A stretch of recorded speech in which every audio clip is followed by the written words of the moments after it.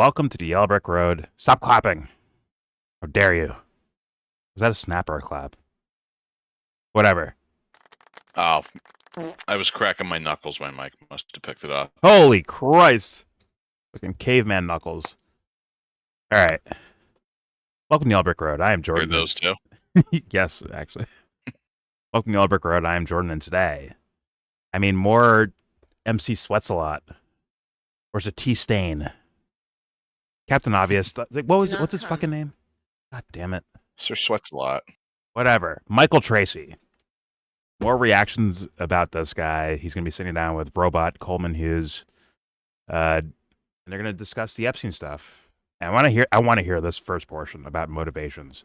But first, do not forget to share, support, hopefully donate to all the links in the description box. Also, please check out the Discord link if you want to join that. We're in that Discord right now. All opinions are welcome. And obviously, everything I show you will be linked in that same description box, including stuff like this. From Jeffrey Epstein to Bill Gates, come to visit the island. New administration people visiting. And if you notice the date here, it says December 2016. That's when Trump got elected, isn't it? Huh. A little over a month after his first win. So I wonder if new administration people mean that. I don't know. I think it's a fucking mystery. They would have been the incoming administration. Well, are those guys going to investigate?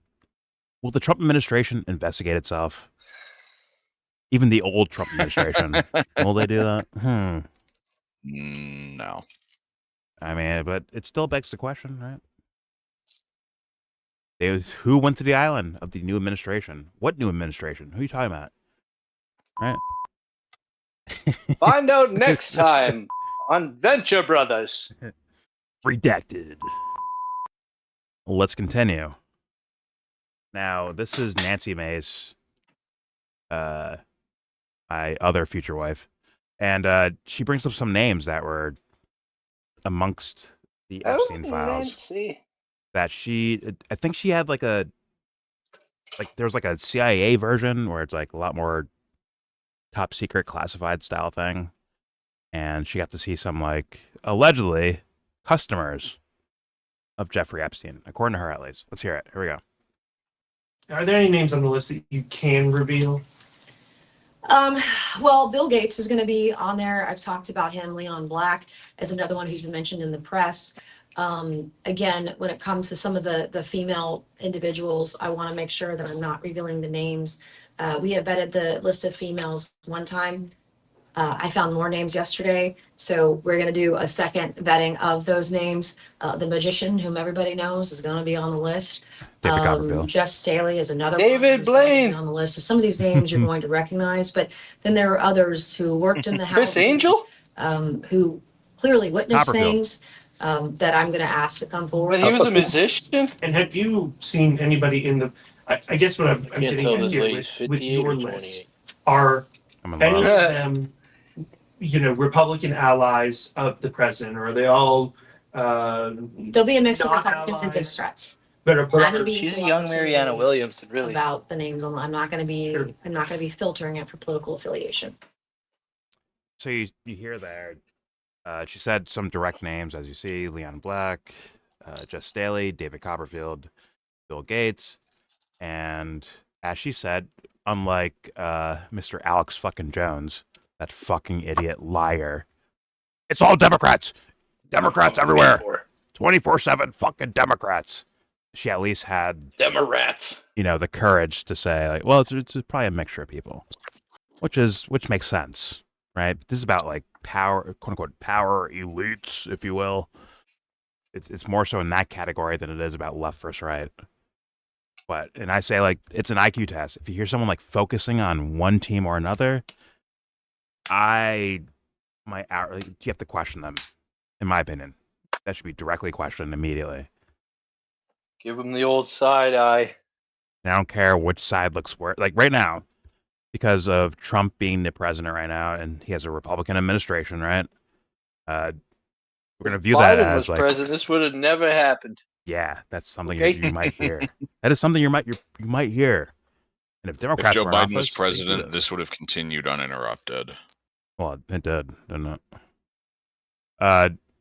As far as like the investigation stuff, it kind of there's some things here or there that happened under Biden's administration, but it wasn't like actually brought to light for people to look at themselves, right?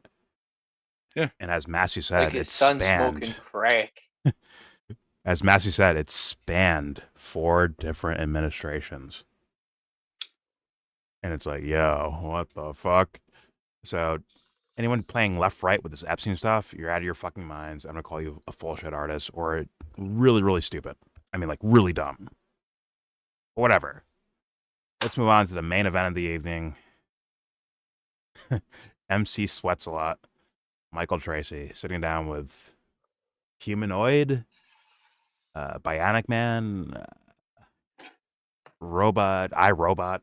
The blackest of the black times infinity. Coleman 5 angry. Maybe it's not iRobot. Maybe it's like him robot. I don't know. He robot. Yeah, iRobot, we gotta watch out copyright. Apple might get us. I have nothing to do with Will Smith or that movie called iRobot. Apple, don't sue me. Without further ado, let's play this video. The Epstein hysteria is a moral panic. MC Sweats a lot, aka Michael Tracey. Here we go. Turn this on. Oh. Thanks for inviting me.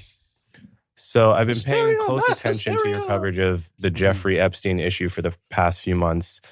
And you are one of the lone few voices out there that is keeping track of this story from a purely fact-based perspective, namely what is in the public record that we know where we're at now. We already know where we're at, right? This Don't fucking you robot. laugh, YellBro. This robot is co-signing this bullshit. Who's paying this guy? Somebody's paying. Barry this Weiss guy. is. Anthony. Yeah. Barry Weiss is paying him. He's got that free makes press a lot- thing in the That actually background. makes a lot of sense. Yeah, I know, That right? That actually makes all the sense. Hey, Holy Charles fuck. Barry. When it came to the genocide in Gaza, this guy will make arguments and spend time trying to debunk everything, make it look like, oh, that's just war. When it comes to Epstein stuff, man, Michael Tracey's very sober and coherent about this topic, very logical and rational. It all makes sense. Wait, was this the belt. motherfucker that like went to Gaza or went to fucking Israel and was doing propaganda there? I don't know if he went to That- Israel, but I know he talked about I it. think that's the gay black guy I'm thinking of. But he like buddy like went there all dressed up with like a fucking war helmet on and shit. Well, Richie Torres. Ugh. listen. Robots can't be gay, okay? They can't choose, so they can't be gay. Asexual.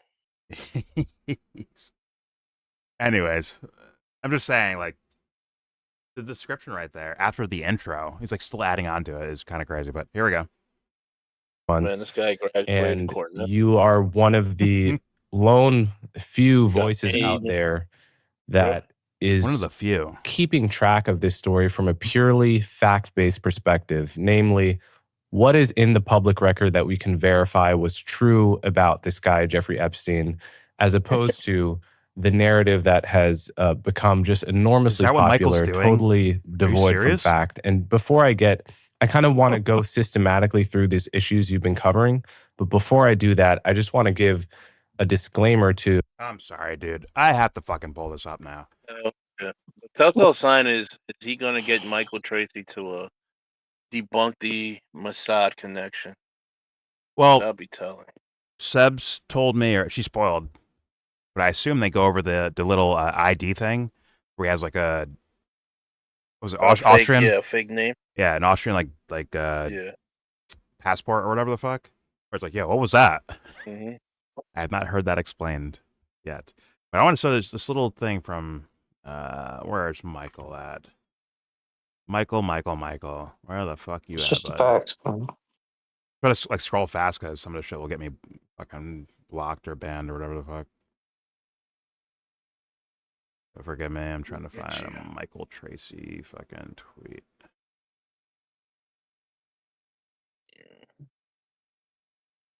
Oh god. Where is that? Am I too far? Why do we do anything we do, Jordan? I might have Why scrolled don't you way just too go fast. to his channel? As this motherfucker tweets us every second, and I'm telling you, it'd be worse. Epstein didn't do that. Epstein didn't do this. He's all up over this fucking topic, trying his hardest. He's paid by the He is out here getting paid by the sweating. tweet. He's out here sweating his ass off. I Maybe don't just think he's man, Or just search Michael the Tracy. victim here. Just the facts. What is that? I have to wonder if he's in those fucking files someplace. truth is probably a lot more pathetic than that. They're fucking okay. Here it is. Twitter search is so dog shit. But just look at this for a second. Watch this. Here's one thing. I read. Here's one thing nobody wants to admit. Jeffrey Epstein was highly intelligent, well-read, charismatic, skillful at various complicated endeavors. Yes, including his money management business. And a lot of smart people genuinely enjoyed his company. I'm sorry, but if everyone I'm sorry, but if everyone from Steve Bannon to Noam Chomsky to Alan Dershowitz to Marvin Minsky, as well as all manner of other academics and scientists at the top of their fields, found him intellectually stimulating, praised his intellect, and appreciated the intellectual opportunities he was able to facilitate, it's just stupid not to acknowledge this. I'm like, what? What the fuck?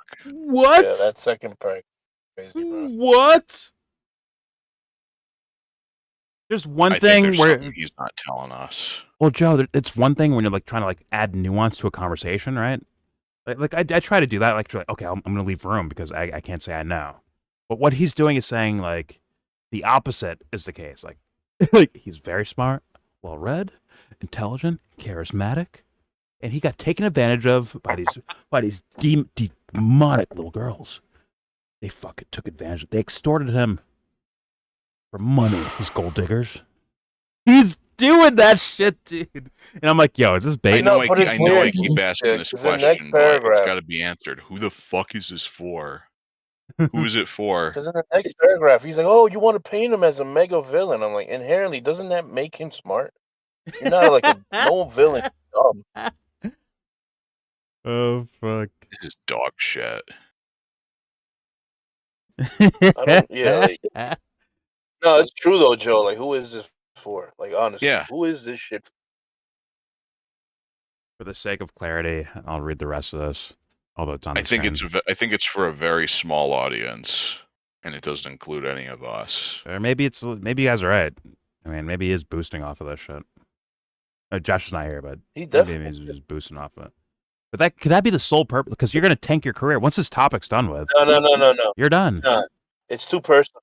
It's too personal. No. Right? That's what I'm seeing. I think it's like, a lot more personal. Like he's playing a fucking character. Like money's there. It's in the equation. But there's no way he can wake up every morning and just fight these battles solely for money. That's impossible. He is on the battleground. I wonder if there's some dirt on him or somebody he cares about in those files. We'll abuse that too, Joe. Just so you know. If he heard you say that, he try to abuse that. I'm just saying. What Joe say?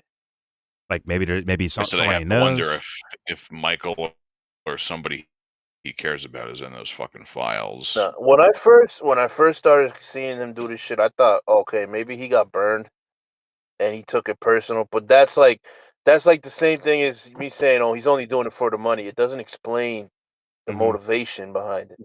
Yeah. That's what we can't explain. Where does his motivation come from? It can't just be money. It can't just be he personally sees himself in Epstein like, oh man, they're making him out to be the villain. But we don't know what's going on. Like, no, like there's something deeper. I don't know what.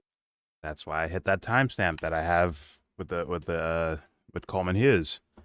The question in that timestamp is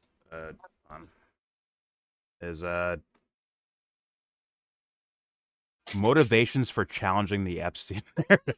Now, I'm not saying I'm going to get like a real answer. I'm just saying that is the portion that we're looking at for a reason, right? To see his actual answers. But to be fair to him, let me just read the rest of this real fast. In fact, It's an impediment to any legitimate search for the truth to regard him solely through the prism of some spectacular world historic mega villain, Hitler and Satan combined, pedo predation incarnate, or whatever. And no, nobody said any of that though. I know. That's, like, I know. weird. He's Sorry, go ahead. He's gaslighting and lying. Let's be honest. Yeah.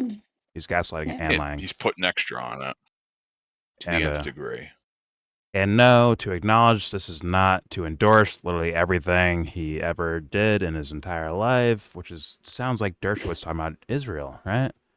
Doesn't mean I endorse everything they do, but like these things that everyone's screaming about, did they happen? I don't think so. Anyways, it's using reason and evidence. I'm using reason and evidence to best understand what actually went on here, rather than blithering hysteria. And of course, the internet much prefers the latter. You're so fucking but smart. he's not trying to figure out what's going on here. If you hear Michael Tracey talk, he figured out what's going on. Yeah, he figured it out. So what the fuck is he bringing that up for? Like, I don't get. Like, I don't know. When he's talking in person, I hear no doubts. I hear certainty. In that tweet, he's like trying to so doubt, but like, it's doubt for what? You know what happened, Tracy, right? Because that's how you talk. Like, you know exactly what happened, and everybody's out to get this guy. Ghislaine, they wouldn't let Ghislaine like go into the sunset with her new husband. She was in love, and she wanted to get away from it all. Like, when I hear this fucker talk, I hear certainty. I don't hear any doubt. I don't hear any fact finding missions coming from him. I hear him. This is what he's working backwards from a conclusion. That's what I hear from Tracy. Oh yeah. Yeah, and he's saying everybody's speculating when he's speculating too. He's speculating on the other side of it. He is top dog speculating. He's just speculating that everything's fine. Listen, he made some bad everything's not decisions fine, in life. These salacious women are throwing mud on their name. Yeah, essentially, he can't say that, but I mean, come on, it ain't far-fetched. It ain't far.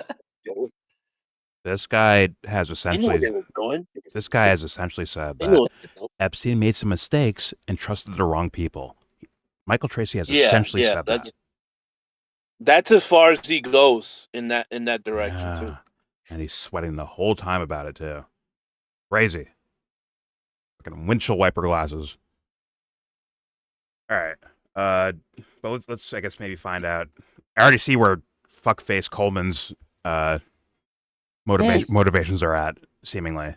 Look, bro, he got a tuition to pay off, man. You know how it is, man. all Barry gave him was a sign and a microphone with another sign on it. That's fighting against Joe Biden supposedly trying to give people remission. What is it, or excuse the payments or whatever, school loans. Yeah, he postponed it. Now they gotta pay it. And he says he has school loans or like debt, education debt, and or college debt, but he doesn't want. You don't hear him talk. I hear college debt.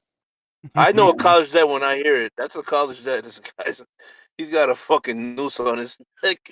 Oh yeah, he went to like Columbia or something. You know, that's a private university. Columbia School. I think he got his master's there. I know the school's not covering that.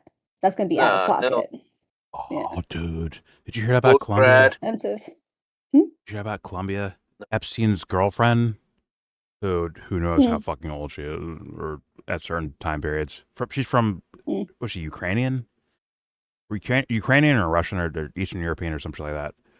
But I think she has allegedly, she has a faulty degree from Columbia University to practice being like a dentist. Right? Where they're like, oh no, she filled all qualifications. She's really good and really smart. I'm like, wait a minute, you made that assessment? Like at the time, she would be 15 or 16 years old. So like, you lying? Yeah. It's like, yeah, they're fucking lying, most likely. If that's all true, like fucking liars. Yeah.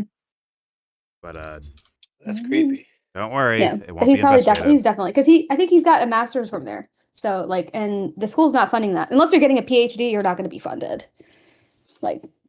fully at all. So I lie I wish on him well. Tinder and say I have a PhD. He's a YBC, man, a young bag. He's a young bag. I ain't lying when they say you got a PhD. I say I do. I got a pretty huge dick.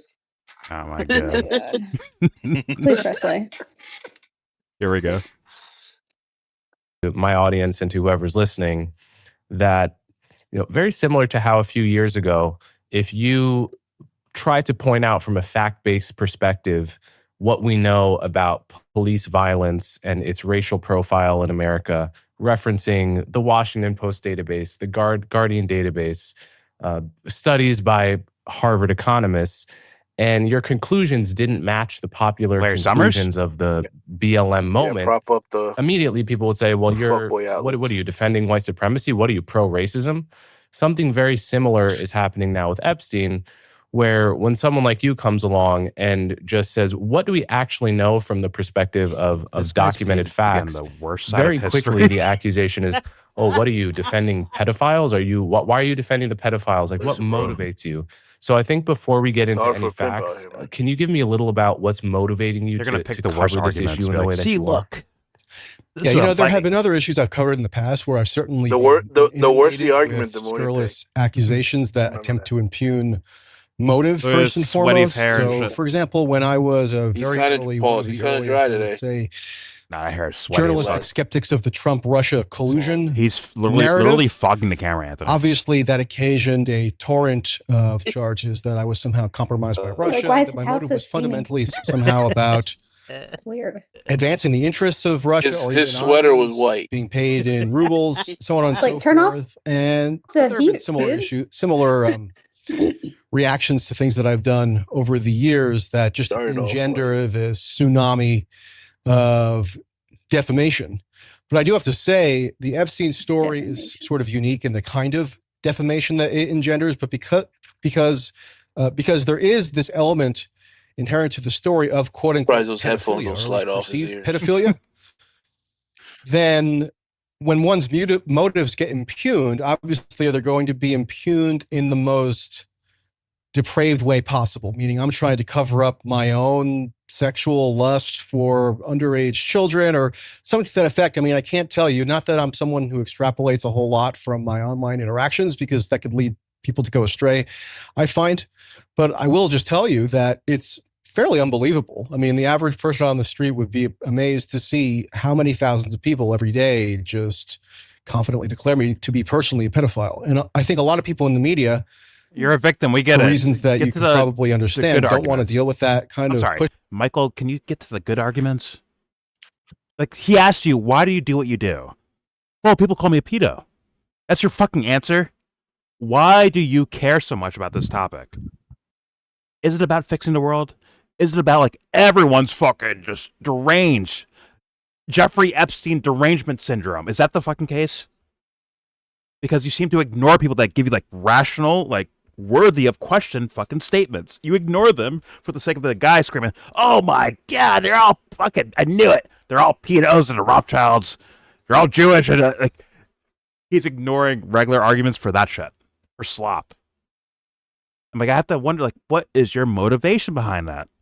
Why do you behave the way you behave in regards to this topic? Because we were saying it earlier. Certain things he sounds like a lot more like, well, let's be nuanced here. Like, what were the ages? What time period did it happen? Did this girl do this? Did this person do that?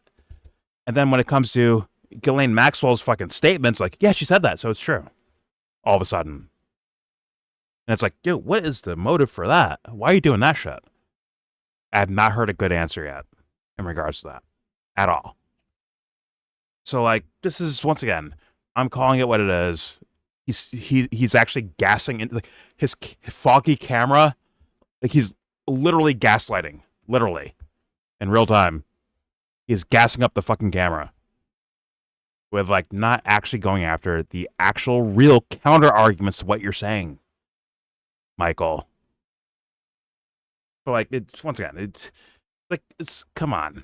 He's gonna use technicalities to escape the fucking the reality of the scenario, which is that there's worthy questions to look at. And I'm sure if he heard me saying this, he'd be like, well, you just think everyone's a pedo, don't you? I got you. I got your number. You think everyone's a fucking pedo. Gotcha. All the elites, yeah, they're all pedos. That's what you think, isn't it? It's like, you can't do that with me. And there's a lot of people you can't do that with. People I saw you interact with. But anyways, go ahead and, correct Whitney spelling or some shit like that. Let me leave and come back real fast. It's lagging a bit. All right. All right, here we go. It's just embarrassing. The longer I look at this paused still picture, I feel like my glasses are foggy. So I keep wait, am I? No, then it's actually his camera. Like I keep checking if it's my glasses. I'm not. It was fucking. It's just porno Vaseline lens. He looks like he's in a dream sequence in a movie. Like he's in a dream sequence. Anti-smudge. It's phasey, 70s hazy porn and shit. camera. He got it from his dad. Very hazy. He's in a sauna making this Maybe video. it's like an effect he's working with. I know. It's like, are you in a sauna? Like, what the fuck? What's going on? Like, why is it so steamy in here? No rubbing Vaseline on the screen. Fuck my life. Yeah. All right. All right, here we go. Pushback, they'll deal with some pushback, sure, but this is a different level of pushback, because even to have your name uttered in the same sentence with pedophilia is something that people don't even my God, there's like a content with, because to refute it is to only amplify it further. Like Alex Jones. But in terms of what I am motivated by, conscience. Okay, yeah, yes, now we're getting to it. Had to come up with sort of elevator pitch on this, because people will often ask me, why do you even bother with this story? Well, that's not the my context. answer, I hope, is pretty simple. Number one, I feel that mass panic or moral panic and mass hysteria are unto themselves destructive. And we can go through a great many destructive ramifications of this Epstein story and the way that it's functioned in the public domain over the past 6 months, or even over the past many years. No. You're not doing this one. I'm saving the public from disaster by because they're going so far towards everyone's a pedo, they have to do the exact opposite to bring them back to sanity. No. If everyone bought into your idea, Michael, it'd be mass panic, wouldn't it? Of like, oh my God, look at these lying girls that took advantage of this dude, and they're trying to make money off of this. They're trying to make like a scandal out of it, but it's not actually there. They're lying. Like you'd get a result like that too. From the opposite side, Michael. So like, spare me the bullshit, man. Spare me. If everybody bought into Michael's view of the world here, I think the industrial grade child abuse would continue, and it would probably get worse. No, but people would be begging for a trial on these girls that took advantage of Epstein, essentially. Yeah, that's why it would get even worse. Look at these extorters. Right? Yeah, he's protecting the others from getting caught, right? Yeah, and I'm sorry, but I got no choice. This is like the way the Department of Justice released all the fucking victims' names, basically to out them. No, Michael does that too. He's like, here's some names from the Epstein list, and it's all like alleged or supposed victims, right? That's what he releases instead of like, hey, aren't you going to investigate? Like, this is the fucking gold mine of the century in regards to journalism, right? Oh my God, I can make phone calls. I can call these guys up. I can say, hey, why'd you resign? It has so many infinite room. Instead, he's saying it's all ploy that all originated from Virginia fucking Giuffre, and it's her fucking fault. Jeffrey, Jordan. Whatever. It's Giuffre, I think, actually, Joe. But whatever. It's Jeffrey. I think it's a French name. Who cares? Like, let's move on. Who cares? Yeah. Come on. Let's not get. Let's not be like nitpicky. Let it go. Okay. But yeah. Jordan. Michael. I forgot my point. I think. No, wait.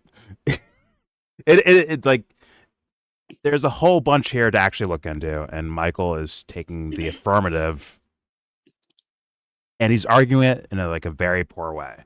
Very, very poor way. But whatever. We'll keep it moving. All right. This is why it's so important to have the correct goddamn line on this shit. Well, the answer should be exposure, but Michael's answer is Dershowitz's answer, which is Yeah, everyone. Get the victims. I want to see their names so I can sue their asses for defamation. That's what Shout Dersh out was. to Alan. Yeah, the Dersh. All right, let's apply. Here we go. The douche. Number two, I feel that the common understanding of what the Epstein story supposedly signifies has given rise to an extremely widespread misdiagnosis of what I would regard to be real political problems. So Michael's trying to save the world. Got it. Takes it on dogma that there really is this incredibly pervasive, nobody can do it, but elite pedophile ring that is shielded from accountability at the highest levels of our government and other foreign governments. Are you on like QAnon message boards? Is that who you're countering here? It's like, okay, Michael, okay. But you have people that are not doing that, and you're fucking just like standing my ground. You're fucking hardcore trying to like essentially like debunk them and get them the fuck out of here. Not even for like answers, for like questions about this topic. You're not, he's not, for the most part, fighting QAnon motherfuckers on 4chan. He's not doing that. I like, seriously, like the Glenn Greenwald thing is like a great example where it's like, dude, you are going so far in a direction that this doesn't even seem like it's about the topic. It's not even about, it's not about, you have problems and you're trying to save the world by stopping disinformation from getting out to the public. It doesn't seem like you're doing of what you're doing. And as I sit here and watch you fucking swallow your fucking conscience as you talk, I'm sorry. I agree with Glenn. It looks like you're a fucking defense lawyer for these fools. And we just heard the literal defense lawyer for the fool. Like the literal guy not too long ago. Yeah. With Alan Dershowitz. And he sounds the exact same way. And it's like, it begs the question, what the fuck are you doing? What is your point here? He's arguing that there's not a coordinated effort to protect the pedos by protecting the pedos himself right now.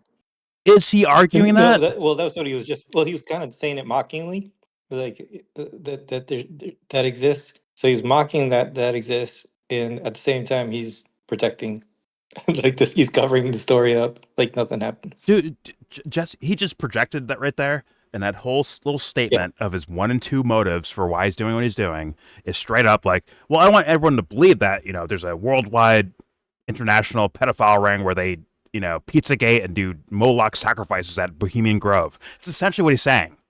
He's saying like the wildest conspiracies are not the case. That's what this crusade is for, apparently. Apparently. And he thinks everyone's minds are infected with that idea. And I'm like, where, my man? I was actually surprised for how like kind of level-headed people were, like at least on Twitter that I saw in my feed. I was surprised by how level-headed they were about this topic. I thought they might do what Michael was saying months ago. I might have thought that, but no, I was right. They're asking questions mostly, like, "Oh, who's this? Why is this unredacted? Is this code word for something?" I see that more than I see what Michael is describing as the world against Michael. Where it's like everyone's just obsessed with pizzerias and fucking grape soda and right. He's like describing like I'm not seeing that. I'm not seeing that, dude. And I'm like, yo, what are you doing? Because no matter like I don't know what his reason is, but like I'm gonna scream. It's pathological. The way he's going about it, there's no way around it for me. It's fucking pathological. It stands outside of like what I'm seeing with my own eyes and ears. It stands outside of it. Well, let's go back to Mr. Fog my camera up. There we go. And legions of VIPs are ensnared in this blackmail operation to get them to do the bidding of whomever, often Israel, not always exclusively Israel is who the theory leads to. Then that's going to shape how you understand downstream political problems to have been incubated or what they originated from. And I think he's saving unto the world, itself is a big problem. And my hero, thank you, Michael. There are also lots of civil liberties problems that I think have been attendant to this issue. And I, throughout the time that I've been somebody who engages in the public arena, have been very much attentive to civil liberties issues in a variety of contexts. So you might call it a civil liberties issue that after the production of these most recent quote unquote Epstein files, anybody who appears in them is assumed through this incredibly tenuous and specious guilt by association to somehow be implicated in pedophilic sex criminality. Now, who is he talking about? Who's he talking about? Anyone? Who's he talking about? Like, yo, name names. Like, yo, this person says, like, everyone whose name gets mentioned, period. By the way, his name was mentioned too. But no one was like, oh my God, see, we caught you. You're a fucking pedophile. I didn't see anyone fucking saying that about him. Because it was like an article he wrote or something like that that got picked up or got noticed or some shit like that. Like, I'm like, who the fuck are you talking about, Michael? It says, if your name pops up at all, you are full-blown pedophile island fucking raping kids person. Where the fuck is that? Who are you talking about? I bet he can't fucking say it. He's gonna be like, oh yeah, Omar 817Fun19F2. That guy. Look what he said in my comments. See that? Like, but he's not like you're trying to like scrap with like public journalist people or public figures or content creators. You're trying to scrap with them on this stuff, and it's like for the most part, they're not saying that shit. But they're the ones you want to like take down like they're a tower. Straight up. Like you would. The random accounts. It's like there's so many random like MAGA Groper Patriot 1776. Like that's who you're going after. Like, let's be real. But I don't believe it. I'm sorry. I don't believe it. Yeah. As that his motivation is that some random who, let's be real, could be a fucking bot for all he knows, is his motive for like, I need to spread the truth. Listen, this is not a so-called victims. Huh? What about the 8? Like, listen, you guys keep screwing about 16 years old, but like, should we have like, rules for what is a legal adult? Should we have those? What about state rules for like? Well, he said age Florida. He's like, well, Florida has a extremely high what is it? On steaming. What did he call it? I forgot what he said, but he was like, it just basically has like one of the highest. What is it? Age of consent. Yes. Because it's 18, I guess. Yeah. He's like calling it unrationally high. I'm like, yeah. How is that you taking down the fucking QAnons on the random QAnons on the fucking internet, saying, yeah, everyone's a pedophile. Say shit like that, I start getting a little worried. I better not find anything on that personal desktop. But he would love to hear that, Joe. He's like, yes, I have my out now. I can like attack that point and leave everything else alone. Meanwhile, it's like regular people are like, yo, are you okay, man? Yeah, what's going on, dude? I swear to God, I'm seeing that on the internet in responses to shit he fucking posts. Like, yo, what is wrong with you? Then at some point, people get frustrated and they're like, yo, you're a fucking scumbag. They just like they get pissed off. They're like, fuck this guy. We're just going to shit on him. Like, that seems to be what happens. And then he uses that as fuel later on. Like, I get why they're calling you a scumbag, Michael. Apparently, you don't understand. Like, for real though, he looks like he's getting no fucking sleep. I don't know. All I know is he's sweating his ass off. Besides the fact that he's sweating profusely. It's like, are you okay? Hey man, no more Zelda. Get some sleep, Michael. No more Zelda. Yeah. Not everybody's built to do fucking late night Ocarina of Time speed runs. Yeah. All right, what's up, play? Here we go. This guy needs to take like a week off and just go to bed. That means he's playing Zelda, but here we go. I will say that I thought it was warranted in this instance to have maximum disclosure because of the unique resonance this issue has taken on, and unfortunately that was going to be a casualty. However, if one approaches the document production rationally, one should be able to discern if anybody actually is implicated in pedophilic sex crimes, but of course the general public is not going to use any real discernment. But there are other I'm so smart. Issues They're so dumb. Detail if you like, up. Having to do, for example, with the trial of Ghislaine Maxwell, which was frankly one of the most shambolic trials I've ever had the misfortune of studying. The widespread just declaration that anybody who self-declares as a quote victim is thereby a victim with not a single bit of corroborative interrogation done as to the veracity of their claims. I think that runs afoul of just basic common sense, but it also leads to serious civil liberties infringements. Does anyone believe what he's saying? That he actually believes what he's saying? There's a chronic unwillingness to look at this issue from any of those angles. So that's what I don't even take that for granted. What I can perceive in my own mind to be what I'm motivated by. People oftentimes don't accept that. They love to fling all kinds of other extraneous things that I'm allegedly motivated by. But to the extent that I can access my own brain, that's what I'm motivated by. Yeah. So I have a first brain. Of all, I commend you for doing the work. Somebody has to do it. You are doing the unpopular thing, and in my opinion, the ethical thing. It is always hard in the midst of a moral panic to go against the grain, especially when you can be labeled. Nobody could do this like you can. You're labeled a communist. If it's the 2010s, you're labeled a racist. Okay, that's just lame reaction. I want to see other topics. I'm bouncing around topics. Forgive me. At one point, I think it was I forgot where it was, but he called them like victims without using the quotations.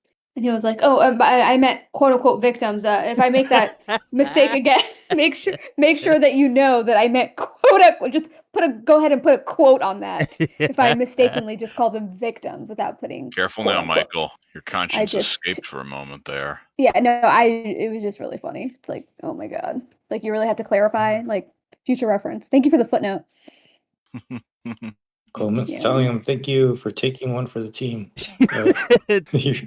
Thank you for eating shit for weeks now. These two are timestamped the same topic. Fuck it, I'll let this play and see what happens, I guess. What Epstein was actually the titles in all of. caps. I've got something else open right now. What? Are the titles on those timestamps in all caps? No. It's just the same title twice. What Epstein was actually convicted of. Okay, I guess. So I was gonna say, if those titles are in all caps, that's usually a sign that YouTube did that shit automatically. Yeah. And it's not very good at that. Yeah. I wonder if he does the. Well, the so-called victim was 17 years and 10 months old. I wonder if Michael does that on repeat. That'd be hilarious. Here we go. Let's get into it, because I think people who haven't actually read your perspective on this, or the few handful of others, I'm not even sure how many there are, who are actually just looking at the facts. The truth tellers. I don't even think people know how far the narrative has actually diverged from the facts. So let's just start here, because it's Tracey's the only one who knows. It's the genesis of the whole Epstein mythology. Is he's saving the world. What precisely was Epstein accused and convicted of in 2008? And how do those actual convictions relate to the charge that he was convicted of, quote, pedophilia? Okay, so there's something subtle here that I want to clarify. I'm happy, obviously, to get into the 2008 Florida conviction. But I wouldn't say that's actually the genesis of what might be called the Epstein mythology. To the extent that there is a genesis of what we might call the Epstein mythology, that stems from one single victim, which is Virginia Roberts Giuffre, or I should say alleged victim or purported victim. If I ever slip up and use the word victim in this podcast without qualifying it somehow, there it is. Everybody listening should just imagine air quotes. Oh my So the mythology stems from Virginia Roberts Giuffre, which is like a separate issue, which we can talk about now if we want to talk about the origins. I think I give up, Jordan. So let me know which way you'd like to go. Okay, let's start with Virginia, and then we'll go back to 2008. Okay. Who is Virginia? How credible are her allegations? What are her allegations? She's fucking dead too. Fuck empathy. Yeah. Fuck empathy. Let's just fucking say just fucking swindler that took Epstein for every cent she can get. That's so fucked up. On a regular, whether she was lying or being truthful is almost irrelevant to me. The way you're treating this person, Michael Tracey, without any solid evidence, you don't fucking know that. You don't know if she was if she took a plea deal for the sake of no investigation into her death, by the way. Yeah, not plea deal. I mean settlement, because she's listen, I'm not going to be able to keep going with this litigation. But this guy did something harmful, but I have to just say something different because Alan Dershowitz is going to fucking chase me down and sue the shit out of me for the rest of my life. So you know what? I accept these terms. Fine. Like Michael's not even going over the nuance of that, which is like human shit, right? And I'm sorry, Amy. This is not something where it's like, oh my God, it's fucking mental stuff. That's why he's like that. Like, nah, bro. He's doing dishonest things around many corners of this topic. It's fucking sad to see. It's embarrassing. And anyone like dick riding this, like, come on. This Coleman Hughes guy, oh my God. What the fuck are you? I mean, not surprising, but it's like it's transparently like We already know. Yeah. Yeah, it's yeah, we already know what his motive is. It still feels Well, I don't disrespectful know when his it's that motive, but transparent. Yeah, I just his know what he's motive. connected to. But look at what he's saying. He's his first question about it, like the order. First was how credible is she, and then what was her allegations? Like he's already wants to like dismiss the whole thing. So I The mean, this is framing, yeah. to me saying like there seems to be a team here. You know, like so we saw A defense Alex team, Jones if saying you will. like the quotes, the air quotes, the whole thing, like looking very much like Michael Tracey. And now this guy is obviously on Michael Tracey's team, but I don't even know what the team is, but they're very much coordinated, right? In the way they're communicating. Yeah. I mean, you could ask something like, well, okay, you don't think she was a victim. Was she involved in Epstein's life at all? And if so, what degree? What was she doing as far as you understand? That's what you can ask. And it'll be a struggle for Michael to answer that question. Because he's going to say, like, oh, no, she's guilty of extorting Epstein and recruiting other girls to get them to take advantage of Epstein. Right? Not because Epstein's into younger girls. It's that these guys lied and had fake IDs and they were 17 years and 10 months old and on and so forth. But let's apply. There we go. Well, before you continue, I was going to say, if we're going to use that logic, then Ghislaine is like super extra guilty. No, she never saw anything, according to her, which means it's true because Michael Tracey said so. Never saw a fucking thing. Anyways, I have to leave and come back real fast.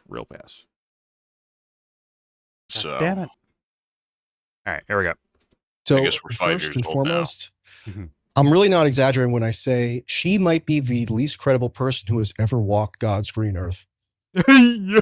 Seriously. What? Use you. Who says How that? integral she was. What the She's now fuck? deceased. To the propagation of. You play that again, Jordan. I want to mythology make sure that's I don't have gripping. something crazy in my ear. This is talking about my bad. So the mythology about the origins of the myth. And we'll go back Virginia to The least Griffith. credible person of who is all Virginia. time. How credible are her Please. allegations? What are her allegations? Wait, I thought he was talking about just the Okay, facts. so first and foremost, I'm really not exaggerating when I say he's she not might be the exaggerating. least credible Facts. person who has ever walked God's green earth. I hear Facts. a It's tear not voice as you exaggerating. said that. How Crazy. integral she was, because she's now deceased, Oh, to the that's giving me a propagation of fucking this aneurysm. Epstein mythology that's gripping countries around the world. I mean, I keep hearing that the UK government might collapse as a result of this. Obviously, it's all anybody can what? talk about in the United States. There are flare-ups This in guy's out of his fucking mind, I France, think. Norway, Minimum. Australia. Yeah, he's giving away those it's points. incredible. And Incredible. doubly incredible is that virtually no one has ever bothered to do a dispassionate assessment of this person's claims and whether they stand up to scrutiny. And so the reason why I say that she's the Not the genesis only of the one. mythology He's out of his fucking is mind. that the mythology was not really at full throttle or anything close to it in 2007, 2008, when Epstein pleaded guilty to 2 state-level prostitution Florida charges in Florida. The mythology really only arose much later. To give you an exact date, December 30th, 2014, when Virginia Roberts Giuffre had a court filing submitted on her behalf by 2 lawyers, Bradley Edwards and Paul Cassell, the former being one of the paramount, quote, victim lawyers throughout this whole thing, who's become obscenely wealthy, of course, as did Virginia, Like a tick. Quote, ultimately become victim. obscenely wealthy. You know, mansion in Holy fucking shit. oceanfront mansion in Australia, palatial ranch estate, etc. He's just obsessive compulsive. But That's in all. that filing, That's all. which really only became public the next month, so we can probably date the mythology to January of 2015, she introduces what have now come to be known or what would now be recognized as the foundational tenets of the popular Epstein mythology, which is that she claims that she was essentially trafficked as a child, sexually trafficked as a child to scores of prominent individuals by Epstein and or Ghislaine Maxwell. She names two of those specific individuals, actually three, but two for our purposes are the most relevant: Prince Andrew and Alan Dershowitz, also Jean-Luc Brunel, the French modeling mogul. I'm sorry. Wasn't there, obviously, the most famous picture, right, of Virginia Roberts, a.k.a. Virginia Giuffre, and Prince Andrew, former Prince Andrew, in a fucking picture, right? Didn't they deny that at first? Didn't Andrew deny that at first? It's not real, Yeah, he right? denied this shit then, up and then down. later on, they're like, all right, it's real. Fine. It's like, yo, Michael, why would someone do that? I'm not here to guess about people's motivations, okay? I'm here to follow the court filings, and that's it. Whatever happens in court is reality now, according to Michael Tracey. Just facts. He's fucking Alan Dershowitz. I mean, well, sorry, that sounded really bad. Pause. That sounded really bad. He is Alan Dershowitz. And fucking him. All right, let's continue. Here we go. She claims that this was a blackmail operation of some kind. Obviously, these claims are very vague, impossible to corroborate. The lawyers who filed it were reprimanded fairly shortly thereafter for having accused, put the accusations against Dershowitz into the filing Someone without doing real basic due traumatized diligence. people where it's like court documented based. They were traumatized by whatever reason. And also, she says that in addition to murder, Andrew, Dershowitz, and Brunel, that there's this fucking callous, undefined group of others to whom she had also been trafficked. I would argue it that was sort of an astonishing thing to see in a court filing, because that's not really according to the rules and procedures. But she says princes, prime ministers, etc., also sexually preyed upon her as a child. Like an idiot. Now, this caused a bit of a firestorm when it was publicized by the media in 2015. But it really gained traction as the years went by, and this is the sober mythology journalism, sort of bloomed. I'm Daniel right? goddamn Ellsberg. There was almost virtually never any real corroboration for any of those stories, but it was bewildering to me, or not, I shouldn't say bewildering, it was maddening to me that when her posthumous quote-unquote memoir came out last October, it became an instant international bestseller. Wall-to-wall media coverage in the UK, the US. Yeah, it's in every airport I've been to in the past few months. Yeah. These fools are I did a review of that These actually for Unheard. These are crazy people. Am I tripping? Oh my god! And her fucking This is clinical, Jordan. And her book became best-selling. I don't understand it. I must be the only person that sees through the fucking smoke.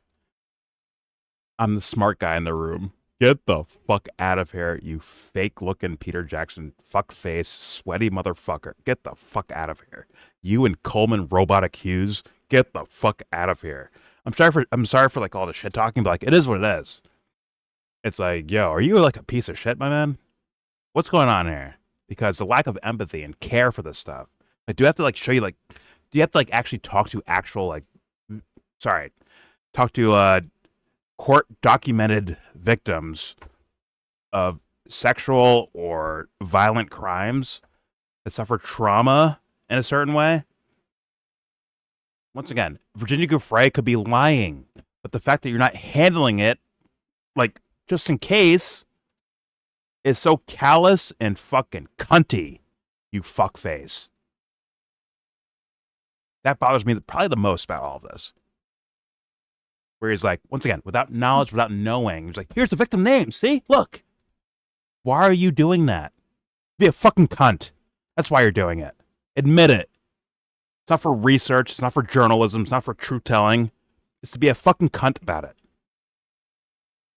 Idiot. No choice but fucking to idiot. question his intentions here. Who the fuck is He this is a guy, fucking bro? idiot. Who the fuck is this guy? God. Fucking gross. Anyways, hey, listen, high school kids, beat him up for his lunch money. Yeah. I'm trying. Stick his head in the toilet. Some guy named Yellow Brick Road, he accosted me verbally. I've been accosted. He's put threats Just against get my life. Maxine Waters on his ass again. Like, don't make me get Maxine, Michael. Don't make me get her over here. She's one of my abusers. She has abused me before. Gonna sue her? What, you gonna sue her with Dershowitz? Lord. Maybe Dershowitz is gonna sue an serve us 80-year-old a fucking woman letter. for assaulting you. She like bumped his shoulder and he turned into like, I'm a victim. It's like, No, she's gonna be like, fuck it, let me catch a charge. She's gonna deck him in the fucking, I'm gonna catch a charge for you. It's fine. Give it to me. I'm like, yo, Maxine, I'm voting for you this year, bro. I'm voting for you. Just do it where like there's no cameras, you know? I'll be like, I didn't say anything. I don't know what he's talking about. I think he fell and hit himself, hit his head on the table or something. This is the fool that gets smacked in the face. Like, that's it. Just gets smacked. But he shows up in court with like in a wheelchair and like the neck brace. He's like, oh, I've been seriously abused here. I can't even move now. I got whiplash from that. That smack, that 80-year-old wrist, that arthritis fucking ridden Maxine Waters smack you wrist. again, but my arthritis. Yo. That's when motherfuckers are waiting outside the courthouse like, I'm gonna make you earn that wheelchair, bro. Now I'm gonna make you earn that shit. Fucking loser. All right. Get your sweaty ass back here. All right, here we go. At the time, in my own Substack. And nobody noted, except me, that I'm aware of. Except me? That the quote-unquote memoir that was produced by a ghostwriter was mostly a carbon copy with some cosmetic adjustments of a prior memoir manuscript that she had generated back in 2011 and 2012, where she made all kinds of salacious claims against all kinds of prominent people, accusing them of committing sex crimes against her. that she later had to concede, or rather her lawyers had to concede on her behalf, that she, quote, fictionalized the memoir. And she had to retract a bunch of claims therein. So when this latest memoir came out, they kind of massaged the wording a little bit to, I guess, insulate the publisher from legal liability. But it's just amazing. She recanted publicly the claims against Alan Dershowitz, whom she had there you go. crimes against her. She said like, she made these claims not just in casual banter. Name the name of who is making these charges. Depositions and affidavits filed under oath, which means that she theoretically was like. Sorry, I'll back up a little bit. So, like, the reason why that's relevant, what Seb just said right there, is because we just watched a video with Alan Dershowitz threatening a lawsuit for someone like saying statements, like saying words out loud on a podcast style thing, or like a news show style thing. He's like, I'm gonna sue you for that. Piers Morgan on fucking Piers Morgan. Exactly. Threatening Bassem Youssef. It's like, you guys are the biggest. Like, you utter another word about that, I'm gonna sue you for defamation. I'm texting my lawyer right now. It's like, ew. Like, you guys are the biggest pussies on planet Earth. Holy Christ. Or the most like insecure about maybe something not so correct happening in your lives that you've experienced. But yeah, that's like some Randall shit. Like, remember Recess? Yeah. Randall. Just saying. And I don't know if Randall was Jewish. Okay, it's not a Jewish thing. It's just a tattletale fucking thing. Just saying. Before I get accused. Now Randall's in his notebook. Anti-Semite. Got it. No. Yeah. Anybody who refers to me as Randall from Recess is an anti-Semite. Like, okay. All right, let's go back to Sweaty. Go ahead, Michael. I mean, Alan. I mean, Michael. Michael Allen. Go ahead. Here we go. Amazing. She recanted Sweaty Peter Jackson publicly the claims against Alan Dershowitz, whom she had accused of committing sex crimes against her on, she said, at least 6 separate occasions. She made these claims not just in casual banter, but in depositions and affidavits filed under oath, which means that she theoretically was liable for perjury. Oh my charges, God! if Not there's just no prosecutor defamation, to do that in the department. libel. And she didn't just Like, accuse bitch. Alan Dershowitz sort of So somebody wrote it down, so it's perfunctorily. libel. She described each instance of alleged She might victimization not have by written him it down, in but it vivid was written graphic down. detail. And what was the nature of her Like, that's recanting? crazy. That's She literally what admitted he she just had did. misremembered. Yeah. These people are crazy. I fucking yeah. I agree. He's fucking out of his mind. Sorry. No, that's fucking hilarious, and I think true. I think it's pretty true. This guy's so full of shit. But all right, here we go. Yeah, he's quoting. He's like verbatim quoting what happened with Alan Dershowitz, saying like, "Oh yeah," and then she, even though they fixed the stuff in the book, she still was liable because somebody wrote it down in a court document somewhere that he did this thing. So technically, since it was written down, it's libel, in addition to being defamation or slander. Yeah, which is It's like, you're a fucking scumbag. This is scumbaggery. and it gives room for the idea, like Ew.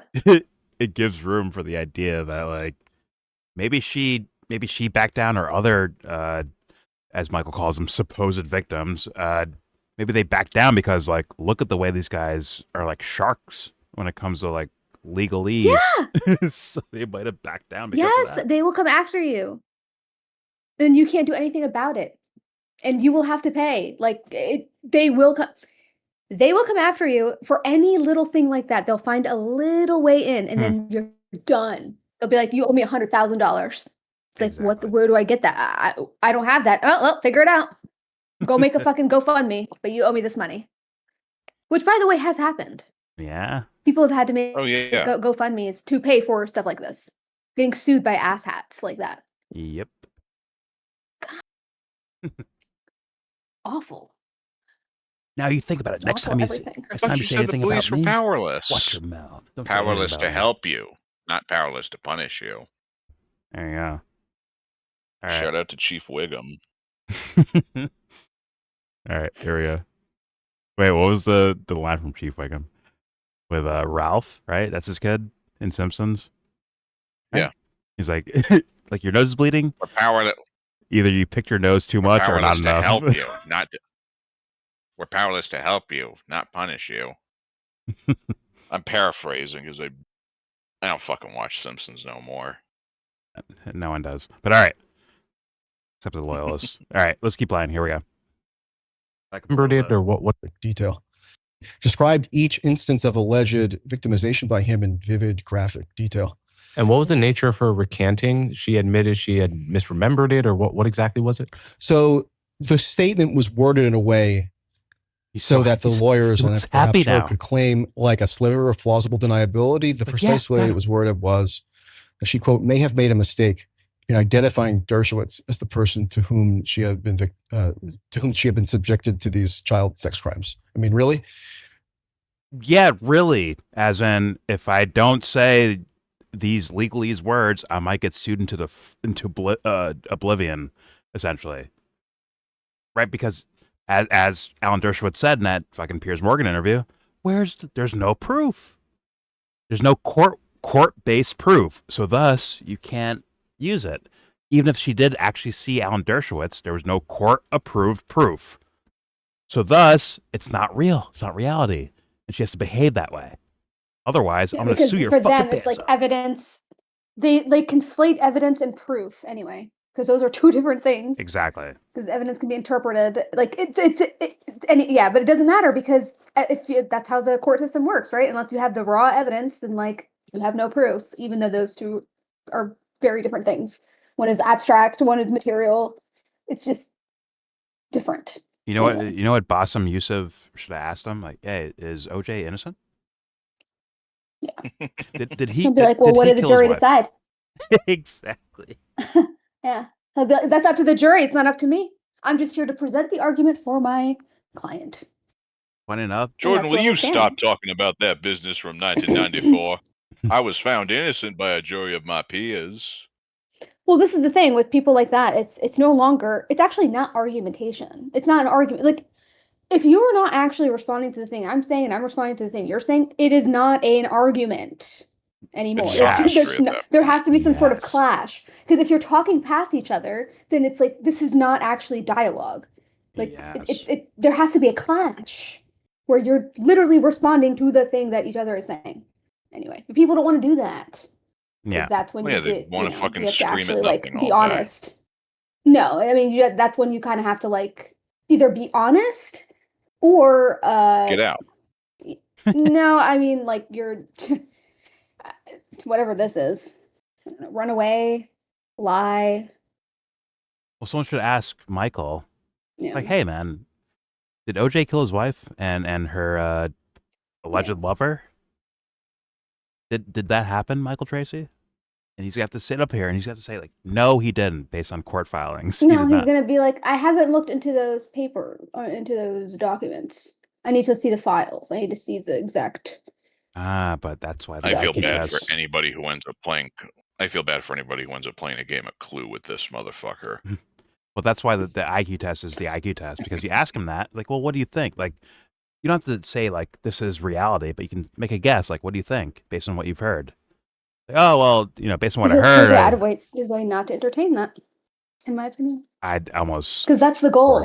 I'd almost force him to fucking answer that question because, like, hey, no, I'm just saying in general, like that would be his tap. That would be the thing that he would be trying to do. Yeah, in my opinion, just from what I've seen from this guy. Yeah, probably. It's almost like a predict your move. Probably, but it would showcase like, hey, now you can empathize with people that are asking questions about this topic, or maybe even asserting certain things, like, oh, because of just like a normal sense of like, hey, this is what people are saying about this.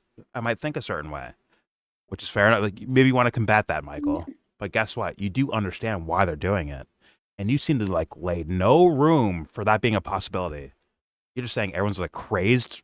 Like, once again, when it comes to like this topic, it has to be like 90%. 90% of people are like, that I've seen on Twitter at least, are like, yo, something not right here. Whether it's full blown Pizzagate or just skeptical about the situation, he is denying all of them as what? As, oh my God, you fucking QAnon conspiracy theorist, yada yada yada yada. That's what he's fucking doing with all this. And now he's using it like everybody's an idiot except for me. He's doing this intellectually dishonest shit of saying, like, I'm a hero trying to save their minds by doing the opposite. When it's like, nah, bro, I've watched you move around, dude. Too many people have like seen you move around with your statements on Twitter, to your statements in interviews, on your own channel, where there's no like editing or cutting. It's your channel. You say what you want, right? We see you there too. And it's like, yo, this is screaming dishonesty, not actually about like real substantive fucking investigation. You're not saving journalism. You're betraying it. Just in the opposite direction as far as like what most people think about this topic. That's all. That's what you're doing, Michael. And don't worry, Coleman Hughes is here, another person that people don't fucking like because of a genocide in Gaza that he will deny. You're here as, besties now because you're both following the wrong side of history together, hand in hand, you fucking losers. Anyways, let's apply. Here we go. You misidentified somebody who you're claiming effectively raped you on 6 or 7 occasions. Does he know about fucking sexual assault? Does he not know about that? That was the nature of it. Dershowitz actually did not seek any. Has he ever heard the idea of like where things like trauma? It's forget about sexual shit. Anything where it's like very traumatic, where things get blurry. You can't remember things exactly because you might be like mentally suppressing it. Does he not know about that as like a phenomenon in human experience? But instead he's like, oh, she didn't remember the fucking dimple on that these girls could have been Anja. Like, he's mad that they don't recognize the dimple on fucking Alan Dershowitz's fucking ass cheek because they didn't see that. They don't remember it, or they don't like fully like hold it in their fucking minds. Now it's like, yeah, you're a liar then, aren't you? Like, no, it doesn't mean it doesn't mean that, dude. That's so dishonest and like, I mean, apathetic towards someone else's fucking potential or possible suffering. I can't stand that shit, dude. I get it with the political idea, like, the Me Too stuff. Some girls could be lying to get money.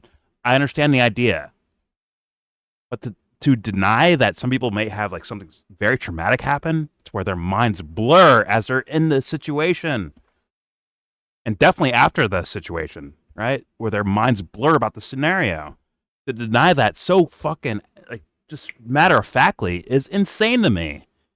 And I would say psychopathic, or at least sociopathic, in my humble opinion. To just, like, do that to someone. But go ahead, Jeff. I'm sorry. I was going to say, that's on top of the fact that these girls could have been drugged. Exactly. That's possible, could have been too. beaten. Yeah. But trauma is enough to be like, I might want to forget that scenario. And thus the memory becomes blurry and fuzzy when they actually like, you know what? I remember something happened to me. I'm going to say something about it. But they suppress it for so long that where it becomes fuzzy to like even look at. And also, all of this shit is on top of the fact that when something like that happens, He's out of his fucking mind. You are in survival mode. It is fight or flight time. Is he out of his fucking mind with that? Like, it's insane. All right. Let's apply it. It's like it's just no care about psyches of other people, apparently, from Michael. There we go. They're all gold digging swindlers. Got it. Here we go. Remuneration from that settlement, because this came about over the course of very intense, almost tedious, years-long litigation. But it was 8 years after the fact, right? So he introduces this claim against Dershowitz in late 2014. Only by late 2022 did she recant it. And the recantation got very, very little coverage. Still doesn't get hardly any coverage as far as I could tell. Still, her claims are treated with the utmost credulity. She appears in all these She appeared, past tense, in all these documentaries, BBC, etc. I'll just give you one more example of how insidious this is. There's goddamn Kardashians. Notorious interview that Prince Andrew did with Emily Maitlis of the BBC in 2019. You might have seen it.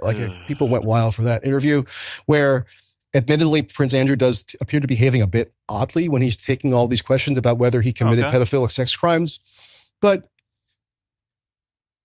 despite Emily Maitlis being heralded for what a journalistic triumph this supposedly was, really all she's doing is pantomiming what Virginia Roberts Giuffre's lawyers would ask Prince Andrew in that situation to try to fish for material that could be used for civil litigation against him, which was ultimately brought in 2021. And Virginia Roberts Giuffre got this enormous settlement from the British royal family, who foolishly thought that would resolve the issue back in 2022, early 2022, ahead of the Queen's Jubilee year, so they didn't want the PR nightmare. But of course, it didn't stem the issue at all. Conceding to this hysteria does not tend to actually staunch it. It only gives it further credence. So Virginia Roberts Giuffre, I mean, it's unbelievable. She's the linchpin of the mythology. Okay, obviously people He's calling it fake without, like, he's saying, I want investigation, but also it's not real at the same time. That's insane. There we go. It's not even asking questions. Listen to the way he's like talking about it. He's saying like, yeah, and then the royal family. I mean, she got a nice settlement from the royal family. They thought that would squash it and she'd go the fuck away. But she just kept coming back, spreading her myth. It's like, are you serious? She made an empire out of this. A financial empire out of all this. Fuck off out of here. Do you even know? First of all, do you know how that sounds? They paid her off because they thought she'd go away. That doesn't do you know how that sounds? Like, I'm just listening to this. Like, what does that? Let's isolate that just in that little section right there. How the fuck does that sound? Well, he's once again the presupposition that it's all fake. It's all make believe. It's all bullshit. These girls were willingly targeting Epstein and people like Prince Andrew, and I guess they had like a years-long plan to get a settlement. Sure. They did something and which, by the way, like, okay, fine, like you can investigate that. That's fine. I don't have an issue with like okay, if that's what they're like, sure, go ahead, investigate that. But it's like why are you so certain about quite literally Alan Dershowitz's narrative, straight up? Why are you so certain? It's the thing what Anthony was saying was about like, he just speaks with so much authority, like with so much certainty about his like little fucking court documents. I don't know. That's why I would do that Actually OJ kinda shit. fascinating. That's why I would ask that OJ. Like, did OJ do it? Michael, what do you think? Just curious because it's strictly about court documents. Like, you know. Well, did the glove fit, Jordan? Did the glove fit? That's what I'm gonna say. Well, I just want him to outwardly say that. Okay. did the glove fit? Establish that. Let's Alright. check mark that box. Well, the Okay. glove didn't fit, so I mean, have you seen OJ's hands? It's not fitting that glove. Okay. look at how small those gloves are. He's gonna bring up OJ's like NFL combine numbers. Listen, he had a 38-inch vertical. He's gonna bring up an actual picture of like OJ's hand. Just measuring it. Look at that. You know, I keep asking Then you look at this, the glove. Jordan, but what fucking planet are we on? Apparently, it's Earth. Apparently, but let's keep on. Doesn't feel like it. Oh, here we go. It's fundamentally linchpin. I'll just give you an example that's just come out as of January 30th from this most recent production of Epstein files. You know, people all say they want transparency. Well, good, we got some of it finally. She was interviewed by federal prosecutors in the Southern District of New York in September 2019 in anticipation of a forthcoming indictment against Ghislaine Maxwell. This was after Epstein was dead. And they're also looking into potential other co-conspirators, of whom they found none beyond Maxwell. And whether even she was a co-conspirator, let's say, is highly questionable. But she was interviewed. Virginia Roberts Giuffre was interviewed by these prosecutors. I'm sorry. I have to answer. Like, I can't not do this. I'm sorry, audience. But it's like the 2008, the Florida shit, where Epstein got immunity for these other people that were alleged co-conspirators. But Michael says, like, well, there's no co-conspirators because their names are blacked out, essentially, right? In these documents.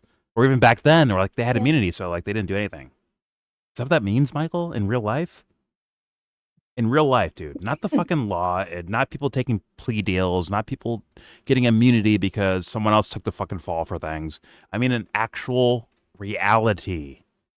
He seems to like keep avoiding that. He sound like I said, he might be Alan Dershowitz was his kid, bro. He might be his kid. He might be little Dersh Jr. Little D. All right, here we go. It's just like I can't not pause it and say, I'm sorry, audience. I can't not pause it and say something right there. But here we go. What do we do with this? What do we do with him? I guess what do we do with Coleman Hughes? What do we do with any of these fucking people? I guess we watch like it's Criticize them. Yeah. You critique them. You watch from afar, like at the zoo, and like a silverback gorilla is taking a shit in the fucking garden somewhere. That's what we do. We observe it and talk about it. All right, here we go. Yeah. Let's say is highly questionable. But she was interviewed. Virginia Roberts Giuffre was interviewed by these prosecutors. And they memorialized their assessment of the interview in a memo that just came out, dated December 19th, 2019.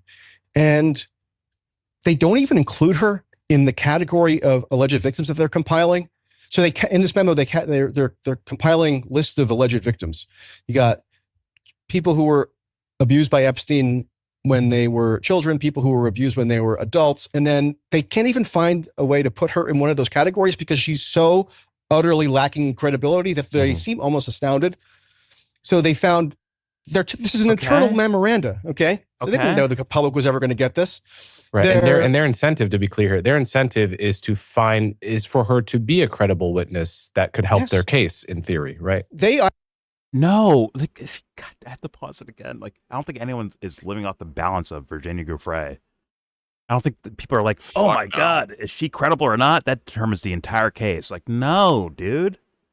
If there was no Virginia Giuffre, guess what? There'd still be someone would be a name. Exactly. Because you just said it. Michael just said it. Like, yeah, there's other victims that exist over there. Like underage, overage. He has to bring up both, obviously. Quote unquote victims. Yeah, quote unquote victims. And he's saying, so I guess anybody over the age of 18 is just immune to extortion. Just hold on 1 second. What were you saying? Who? You guys are both talking at the same time. So that's my bad. Sorry. Confused. Gotcha. I was going to say, I guess anybody over the age of 18 is somehow immune to extortion now, I guess. or sexual exploitation. Like, I'm trying to go like for the human thing, not the fucking law-based bullshit. Fuck that. If you're 17 years and 10 months or you're 18 years and 1 month, what fucking difference does that make to me? Nothing. This is a distinction without a difference. So then why bring it up? Yeah, it's just irrelevant then. He's doing it's. I feel like it's just there to waste time. Well, like they're not. Like, Virginia is one person. Other people are other people. Why is he not taking it that way? He's taking it as they're all Virginia Gouffres, essentially. They have to all have the same motive, according to Michael. I'm not even saying like that's true about Virginia Gouffre. I'm just saying like that's what Michael's saying. He's also saying like that's why she started all this, didn't she? If it wasn't for her, this would have never happened. He's been saying that essentially. She created the craze. I'm like, yo. But all right, what's up, bud? Here we go. At this point, are desperate for any potential evidence they can muster that would allow them to prosecute somebody in lieu of Epstein, right? Because there was a giant political demand for that at the time. It was becoming like a huge pop cultural issue, like the Netflix specials and the social media kind of fervor around it. And I'm so punk rock. So yes, they were desperate. They were desperately looking for somebody. And also bear in mind, when Epstein dies in federal custody, that's a huge humiliation for the government. So they have to figure out some way to rectify that and deliver, quote, justice for the alleged survivors. So yeah, if Virginia Roberts Gouffre was actually credible, could actually be even minimally corroborated, that would be a huge gift to the prosecutors. But instead, you can tell how disconcerted they are because they have to acknowledge amongst themselves that there's no corroboration for the claim that she's ever been trafficked to any prominent individual. A core prong of the whole Epstein mythology.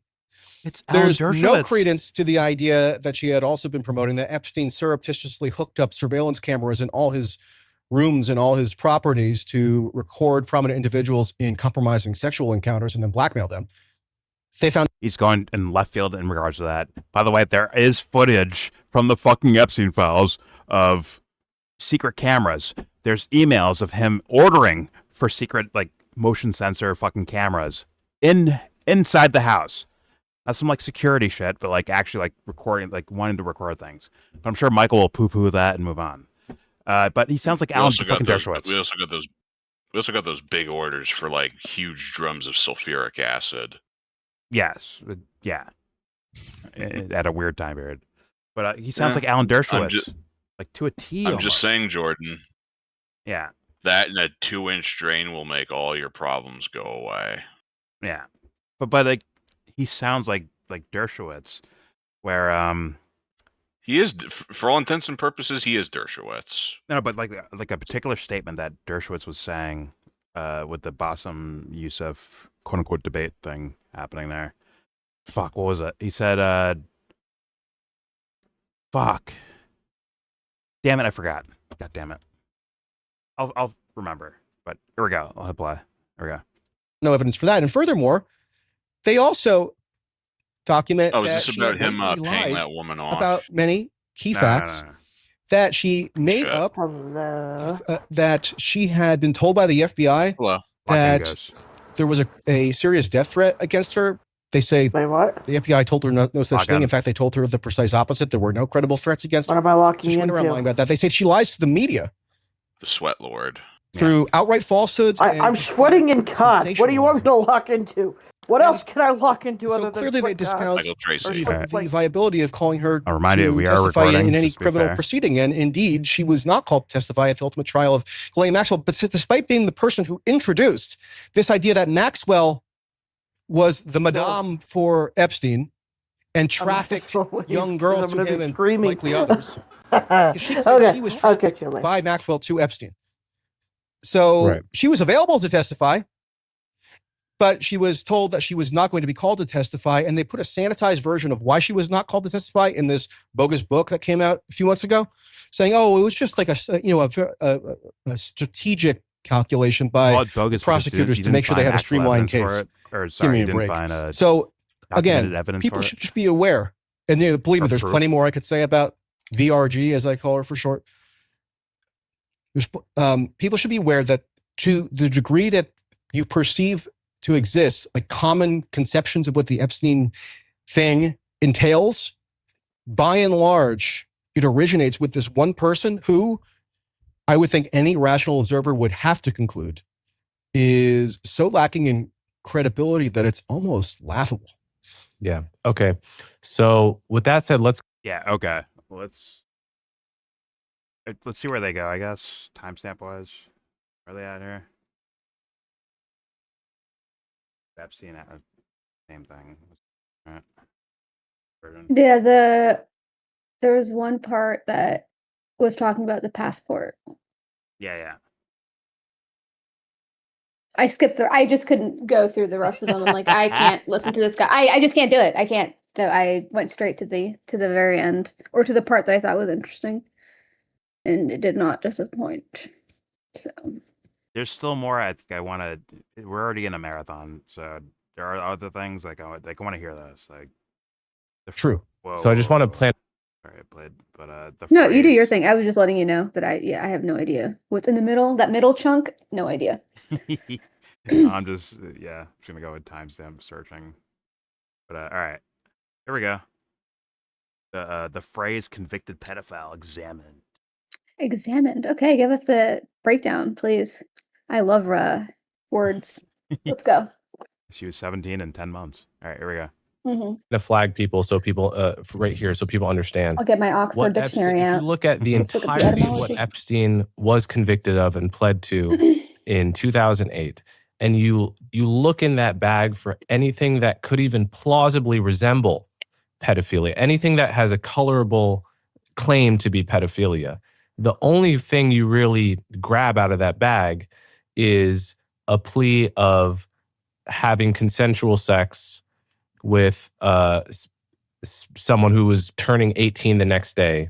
And he said it was consensual sex. There it is. And across the border Lord in Georgia, that would have been okay. a run-of-the-mill prostitution I mean, if it was case, in Georgia, that'd be cool. Probably happens thousands of times a day all over the We're country. going there, I guess. But if it was charged shit at all, that I heard when if it Max was charged at all, of the it time, would have been a fucking simple teenager. adult Crazy. procuring an adult prostitute. Actually, But if it took place if the conduct to which he pleaded guilty in Florida took place in New York, where he also was much of the time, it could have been as minor as a civil infraction, so akin to a traffic ticket. Right. So why are we working so hard to showcase that Epstein is not into underage girls at all? Like it's interesting, isn't it? Yeah, it's bizarre, very bizarre. And but then again, and all the allegations that people are saying against Michael Tracey because of statements like that, but this guy's doing the same thing, right? Yes, sir. That's why I'm like, oh, this is like a thing. Okay, all right. Yeah, and it's like you guys are going to be on the So the narrative. losing side of history. I'm just being honest. It's not about like. I think they will be. It's like yeah. I don't care if evidence comes out where Epstein, oh my God, he's a humanitarian that never slept with any underage girls ever, right? I don't care if that comes out. The way you're questioning it right now, where we're at, either you're hiding evidence or you're seeing the evidence that we're all seeing, and you're making narratives against investigation. Because that's what it is. This isn't about like we want more truth. It sounds like more so like, hey, why are we even investigating? These people are not credible. Why are we investigating? And like that will be a stain for me at least. Hopefully, regular people can see that too, where it's like that's a fucking stain of where you guys are going. Well, this also tells me that Michael's not working independently. I know. It screams it, doesn't it? That's why I'm like, okay. Oh, this is like you got marching orders. I'm sorry, but that's like I'm not saying that's for certain, but that actually gives credibility or like legitimacy. 1 second. It gives legitimacy to the other theory that I had where I'm like, oh, are you like linked up with people? Like what's going on? And perhaps there is, do you know what I mean? Maybe you're part of some like network. Listen, Are you? How independent are you? Really? Someone I check. gotta ask that. Someone check Yeah. Michael Tracey Discords or Signal chats or text messages. Whatever. I need Yeah. to see your deposits. Who's putting money in your account? Transparency, right? Let's go. You like that transparency word?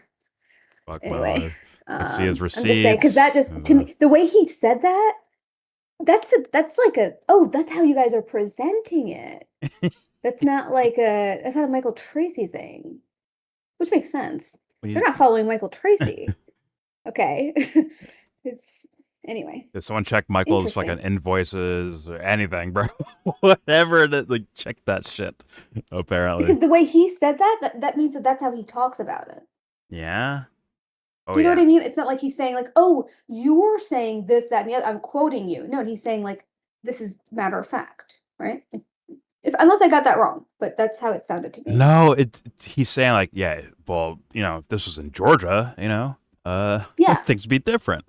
And it's like, whoa, for this topic, this is where you guys go. And yes, that is exactly what Michael Tracey showed a map on his Twitter of like, here's the age limits for each state and shit like that. I'm like, yo, are you out of your fucking mind? And Coleman, he was like, yeah. I think he knows exactly what he's fucking doing. Well, I don't know. I'm just saying like, but now it gives credence to like you're not independent. I don't know. Like, who are you? Yeah. Who do you work for? I mean, you know what I mean? Like, this is like Fox News trying to sell narratives during Iraq War. And like you're just kind of saying shit. Like just you got your marching orders, and you're gonna have to like you work backwards from the conclusion. So is this the first time he's ever been on the Free Press? I don't know. I don't know. So I was going to say, if he's been a recurring guest there, then he's clearly not a threat to the narratives that Barry But he doesn't White even have to visibly be like, doesn't have to be visibly connected to them to work for them to kind of still be part of the same network. Is what I'm saying. Yeah. It's like I know, but if he's a recurring guest, then that means that they don't. But that wouldn't matter though. It means they don't see him as a threat in any way. No, but that wouldn't matter though. Even if he's been there 10 times, if this is his first time, it wouldn't matter because I'm not talking about like some sort of like actual trail. It's more of like art. Like maybe there's something else, like another umbrella that I'm not seeing. In which like he's under huddling with Coleman Hughes, like and Barry Weiss, peculiar, or whatever. Yeah, but with this facade of like independent journalist. Oh, he doesn't have to be directly connected. You know what I mean? Because hold on one second, Joe. Over. Let me get my thought out. Like let people get their thought out, and then you can comment. You interrupt a lot.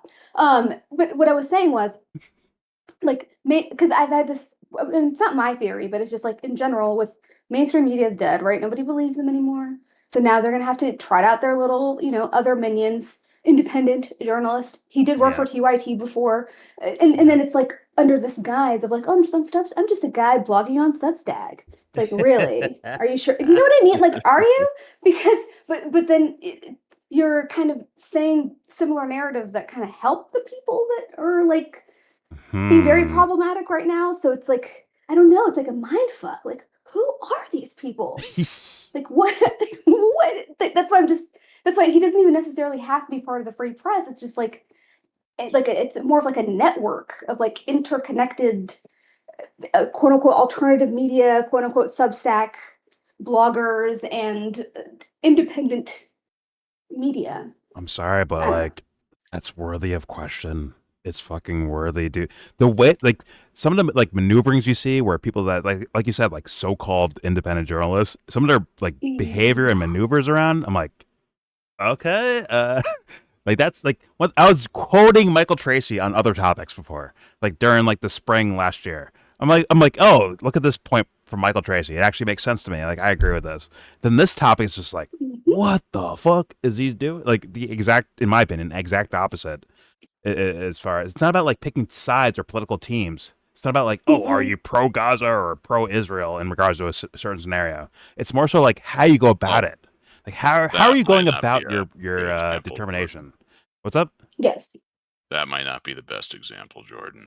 No, I'm just saying like as far as like they may go about a certain topic a certain way, but then there's maybe that one topic where it's like, what the fuck is this? Where like all that thing that you thought was like maybe a sense of like integrity or honor is thrown out the fucking window for the sake of this topic. Mhm. And it's like, are you independent?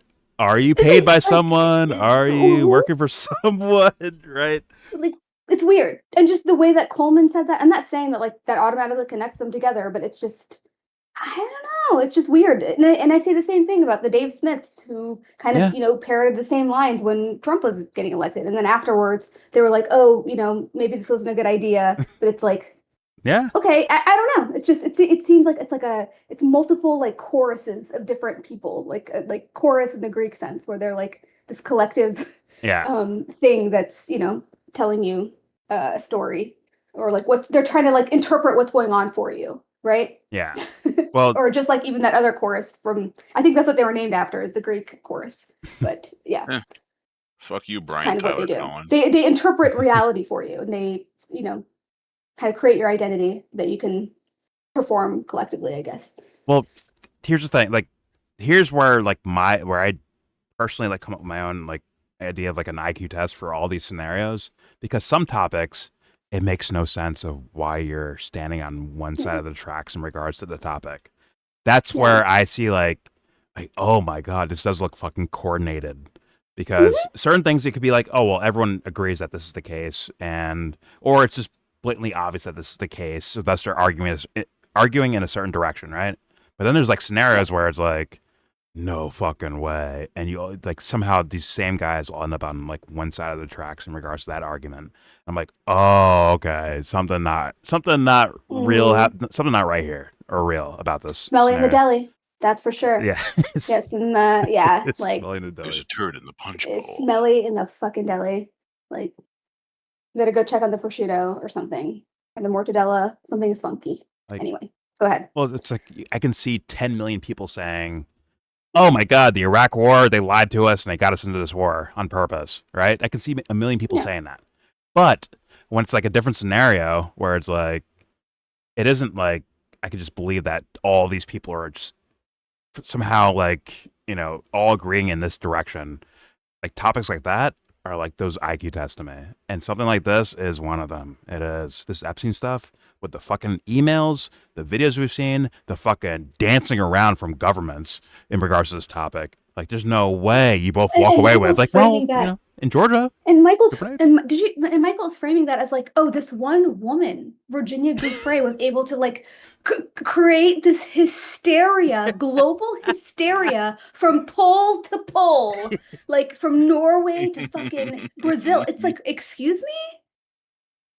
Like, is Helen of Troy? Who is this woman? It's one of those topics where that's serial fabulous behavior. Are you kidding me? And he said she's the most dishonest person. What did he say? To ever walk this earth. To ever walk the face of God's green earth. Yeah. Good Lord. I mean. Say, fuck out of here. It's like, and you want to talk about people being extreme? Like, I'm actually kind of right. It's those moments, man. It's those fucking moments. I'm telling you. I got some bad news for you, Mikey. The extremist is you. Well, it's like we've seen a decent amount of Tim. But was she convicted of being the most dishonest? Are there court filings? She was. I know. It should be like, where the documents, I'm sorry, Michael? where was that written? Where was that? What page is that on the indictment? Was she found guilty by a jury of her peers? The opening was that he's seeking truth, just the facts, right? Yeah. But this guy is so obsessed with no speculation, all facts.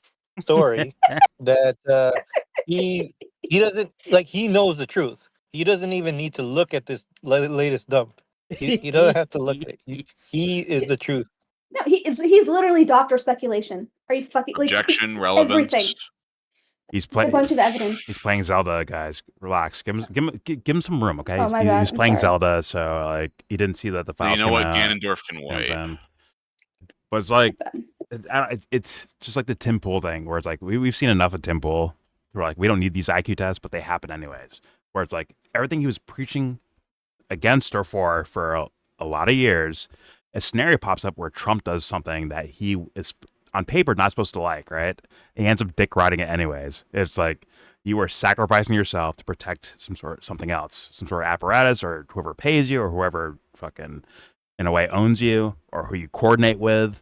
You have to say words to protect that, and that's what I like. That's the thing where I'm like, I can consider in regards to these two motherfuckers, the way this fool just said that, the Coleman Hughes guy just fucking said that. I agree with you. It's like, what the fuck? You guys like in your pockets, you had that ready to go, like both of you somehow.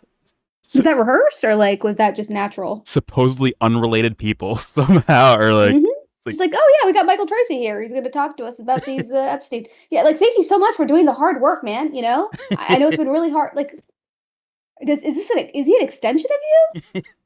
What is this? So, Michael, why are people so crazy out there? Tell us. It's like, yo, you already like went with an affirmative in regards to this topic instead of like being a questioner, right? A journalist, the free press, if you will. You just like fuck that. It's incredible. About the Dave Press Smith ain't free, bro. What's up? Press ain't free. Press ain't free.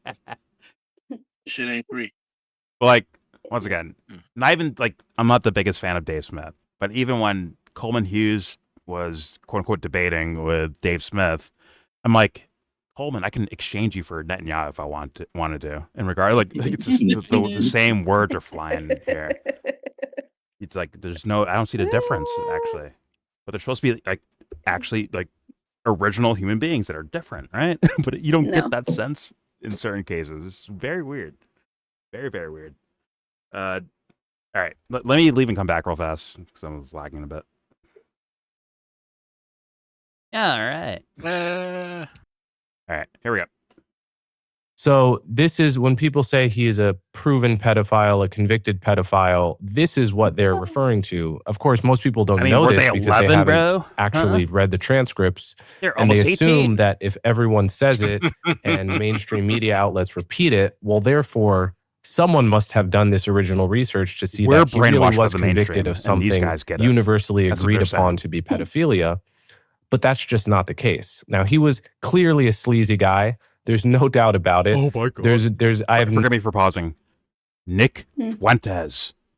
He said the same fucking shit. The same exact shit. Of like, well, you know, I told you. Is he a pedophile? For Netanyahu. Yeah. I recently heard him. He's flipping, bro.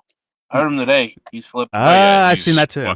I've seen that too. He's fucking losing his shit. But originally, what the fuck was he saying? Like, well, you know, 17's not the same as like 12. He was doing that, and that's what these guys have been doing the entire fucking time. Just wanted to throw that out there. And still forcing Yeah, that's actually a good point. And that actually supports my other theory of it's just a theory of that Nick Fuentes has always been working for the Zionists, but either way. I've heard more and more of that too. No, I've heard more and more of that too from people. Because they need them. ADL needs Nicks. They need the Southern Poverty Law Center. They need Nick. They need Richard Spencer's and like whatever, all these fucking quote unquote white nationalist feds and black nationalist feds. Tariq, that includes you, Tariq Nasheed. Anyway, go ahead. All right, here we go. Something universally agreed upon to be pedophilia, but that's just not the case. Now, he was clearly a sleazy guy. There's no doubt about it. I have no temptation to actually defend his behavior on ethical grounds. But if we're talking about the actual facts of what is proven here, as opposed to if you're satisfied with rumor, what's the point of the law then I suppose I can't really help you.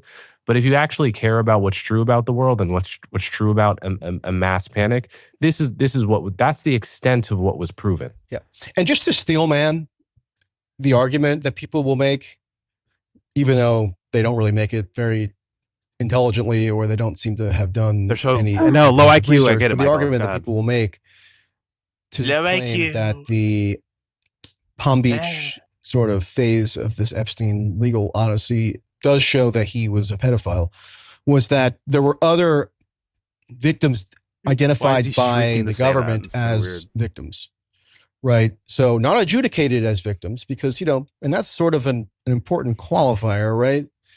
Because in order to say somebody's convicted of something or something has been proven, at least in a criminal context, it requires cross-examination, it requires adversarial testing of evidence, etc. But the government, it's long been claimed American justice in just the system popular is media so coverage. And perfect. by the way, let's not only single out the mainstream media. The alternative podcast style media is almost flagrantly, almost even worse on this. Good point. You know all about that, with fucking their lack of standards Tracy, in terms you of fucking how they discuss this dumbass. issue. No, he's very smart. But watch your mouth. There were Very smart approximately person. Very smart man. 35, 32, 36, it always varied a little bit, alleged victims that the FBI and U.S. Attorney's Office claimed that they had identified around this period as people whom Epstein allegedly had victimized. The 17-year-old, who actually was credible. I mean, she's very unique in that, she's just straightforwardly credible. Almost every other one that I've ever looked at, there's a problem with, but not her. So it stands to reason that Epstein would have pleaded guilty to having a sexual interaction with her, right? We just saw Dershowitz say the exact same. But I'm just saying, although it's just sort of repeated ad nauseum that the 30-something alleged victims were somehow just definitively established to have been victims, some of these new files actually shed additional light. And there's lots of new files actually that came out in July of 2024, pursuant almost to a state-level Florida-style Mike's the guy you want to come out legislation that was signed into law by Ron DeSantis and permitted the unsealing of records, including grand jury records, which are otherwise presumptively sealed. A lot of this sheds light on why it is that federal prosecutors who had interceded in the state-level case determined that the best course of action to resolve the case was to compel Epstein to plead guilty to a non-prosecution agreement rather than move forward to trial, or to indict him and then potentially go to trial, because they were extremely wary that they could lose a trial, that Epstein would be acquitted and face no penalty because of the evidentiary problems that both they and the they were being strategic. They were trying to win this matter. So he's saying that if they went to trial, Epstein would be found innocent, but they didn't want to risk it, so they took a deal. That's where Michael Tracey's going. And once again, he's reading off. I'm sure a lot of them took a deal because their lawyer was probably like, the chances of you winning this are slim, or yada yada yada. So then they weigh their odds, or fucking maybe they're threatened and shit. So then they're like, okay, we just take the money and shut up. Well, that's how it usually works. You need to get a class action lawsuit. When you got a guy like Epstein, you need a bunch of people to tally up support and funds or whatever to get at him. Because if it's one by one, he's gonna stop him. Legally wise, fiduciary wise, he's gonna stop him. Yeah. Not saying that it can't be what Tracy's saying. Not saying that. It's just but it could be the other way too, and he's not ever fucking gonna see that. Well, they were strategic because they're lying. Yeah, exactly. He is set in his ways for whatever reason, and it doesn't smell like it's organic at all. It doesn't smell that way. But he is set in his ways. Well, you won't. I don't think there's very much about this space left that you could call organic. I'm just saying, even if his ideas are, his ideas are strictly oh my god, intellectually, I'm such a stringent and fucking meticulous fucking journalist that I'm looking for the truth no matter what. That has been shattered as an idea in regards to this motherfucker, bro. It's shattered. Has he gone to the lengths Dershowitz has gone? I don't want McCarthyism and I don't want innocent people. Yeah, that's what he's doing on make this. that case, You didn't say infringement on civil liberties. Yeah. This guy's never made that case, though. He's never made the case, Dershowitz. Not in the same terms, but the same logic. Yeah, the same case or the same. But he's almost down near the same scenario. He's flying blind, bro. He's not telling you why. He told you why. He still didn't tell you why. He told you his reason. It's still not a reason. He seems like Carlito and his last night in New York, bro. He's fucking scrambling around. Fix that. Fix this. Take care of this guy. Go get my girl. He's there. Benny Blanco. He's Benny Blanco from the Bronx. Remember? You me. You never me. All right. Let's play. There we go. I'll play a little bit more. Then I want to skip around too. But here we go. So, for example, many of the girls, and I'm using the term girls colloquially to just describe, I don't mean underage. Young-ish females, not like always literally girls or children. Like, so, I don't know. People have challenged me on this, but I don't think it's that uncommon to say like a 19-year-old girl, but just girls. So let's say from roughly 16 to 22 or something like that.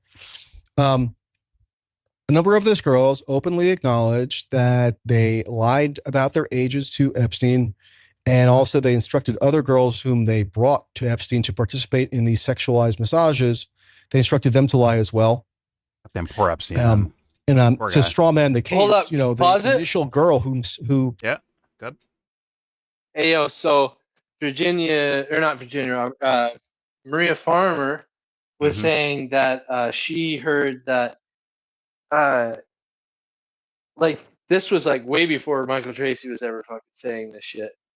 That the girls were lying about their age because if they said they were younger, they would get paid more and they'd be like more of interest to him. Really? I don't know that one.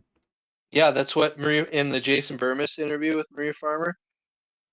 Yeah, We should watch that. He's saying the opposite. He's saying that they're lying that they're older and they're tricking him into pedophilia. Yeah. But it's the same line or whatever. Like it's fucking. Yeah, they're all literally the swindlers. They're all swindling to once again take advantage of this poor Jeffrey Epstein guy. Apparently. And that his like fucking. That is he was turned on by younger people. Like it's not necessarily that he's fucking. Yeah. I think we have blatant evidence that this guy was looking for younger girls. I think it's patently obvious.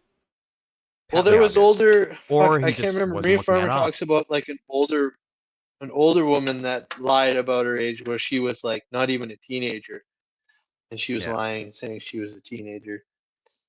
Well, Michael will dismiss Maria Farmer without investigation, which is what is required that these scenarios beg for. But he will dismiss that person. It is what it is. And and it's like, good. When people are stupid and poor, they'll like do anything for money and they won't think about it, like they just want a way out of that, or like they fucking just want to, have fun for once, or like to experience shit. And like motherfuckers get caught up, and that dumbass, he's probably been fucking spoon fed his whole ass life. And he doesn't fucking think of anybody and like their scenarios and all this kind of shit. I don't know, but you can definitely like I can believe someone showed up that was 19 but looked younger, right? And regardless if they say their age or not, it's like, oh, you look like the girl that this guy might be into, and that's good enough, regardless of age, which is what a fucking problem. Period. But Michael can't get there, and then because of look at their age of the state's laws. These ages are fine here. See, if you go to Georgia, it's all good. Well, he also says it's not a crime. It is a crime to solicit prostitution. You're not allowed to. Johns and pimps get charged. Yeah, but that's not a big deal crime. Not a big deal. No, but it's still a crime. He's fucking saying there's no crime done, and it's like. No, but Michael's point is that it's not a big deal. I ain't down with pimps and fucking Johns. I don't know what you're about. Michael, well, think of it this way, Prop. Let's say we take age of consent and prostitution out of the equation by themselves. We still got kidnapping, so these girls are being held against their fucking will. They're also being threatened with bodily harm, if not death. So, and certain we got murder in there too. There's plenty of implications in regards to that should be investigated. Yeah. But Michael wants to poo-poo it off rip because he's like, these girls took advantage of Epstein. That's part of his narrative. And it's like, this is batshit crazy. For fuck's sake, in the emails alone, we got these fuckers almost dead to rights talking about these girls like they're fucking used cars. Yeah. But yes, we'll wait for our world intellectual Michael Tracey to figure things out for us, because we're so stupid and caught up in QAnon theories, I guess. All right, let's play. There we go. You're right. He's smart, and we're just a bunch of the fucking retarded kids. Apparently. There we go. About their ages to Epstein. Fuck and my also wife. they instructed other girls whom they brought to Epstein to participate in these sexualized massages. They instructed them to lie as well. To strawman the case, the initial girl who prompted the Palm Beach police investigation as a result of her visit to Epstein's house in Palm Beach was in fact 14. But she had been told by Haley Robson, but she who's never now had told sexual survivor, penetration. Who speaks at the press conferences in front of the U.S. Capitol and is always in the media, and who was then an adult. She told this girl, Sage Gonzalez, to lie about her age. And Epstein actually asked, "How old are you?" when she arrived, and she said 18. Now, does that mean I would therefore excuse or morally condone all of Epstein's behavior? No, because even if you're coming close to the line of what is technically the age of consent in Florida, and there could be an 18-year-old high school senior who is it's technically legal to have sex with, but it's probably imprudent to have them ferry into your house day in and day out for these massages, which weren't always massages. Some girls would be speaking to investigators and saying, "Yeah, I just gave a massage."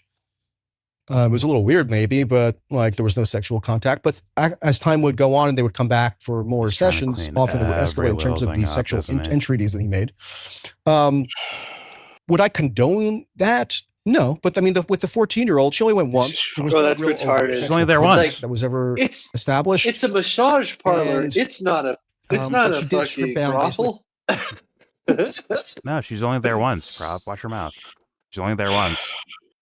She lied about her age, too. You know what I'm saying? It's like... I know this is going to be the 800th time I've asked this, but who the fuck is this for? For the birds. Pam Bondi, maybe? I don't know. You know what? Cash Patel. You know what? We probably do have a single-digit audience. Todd Blanche? And it's just all them. It's Todd Blanche, bro. Not a crime to party with Epstein, okay?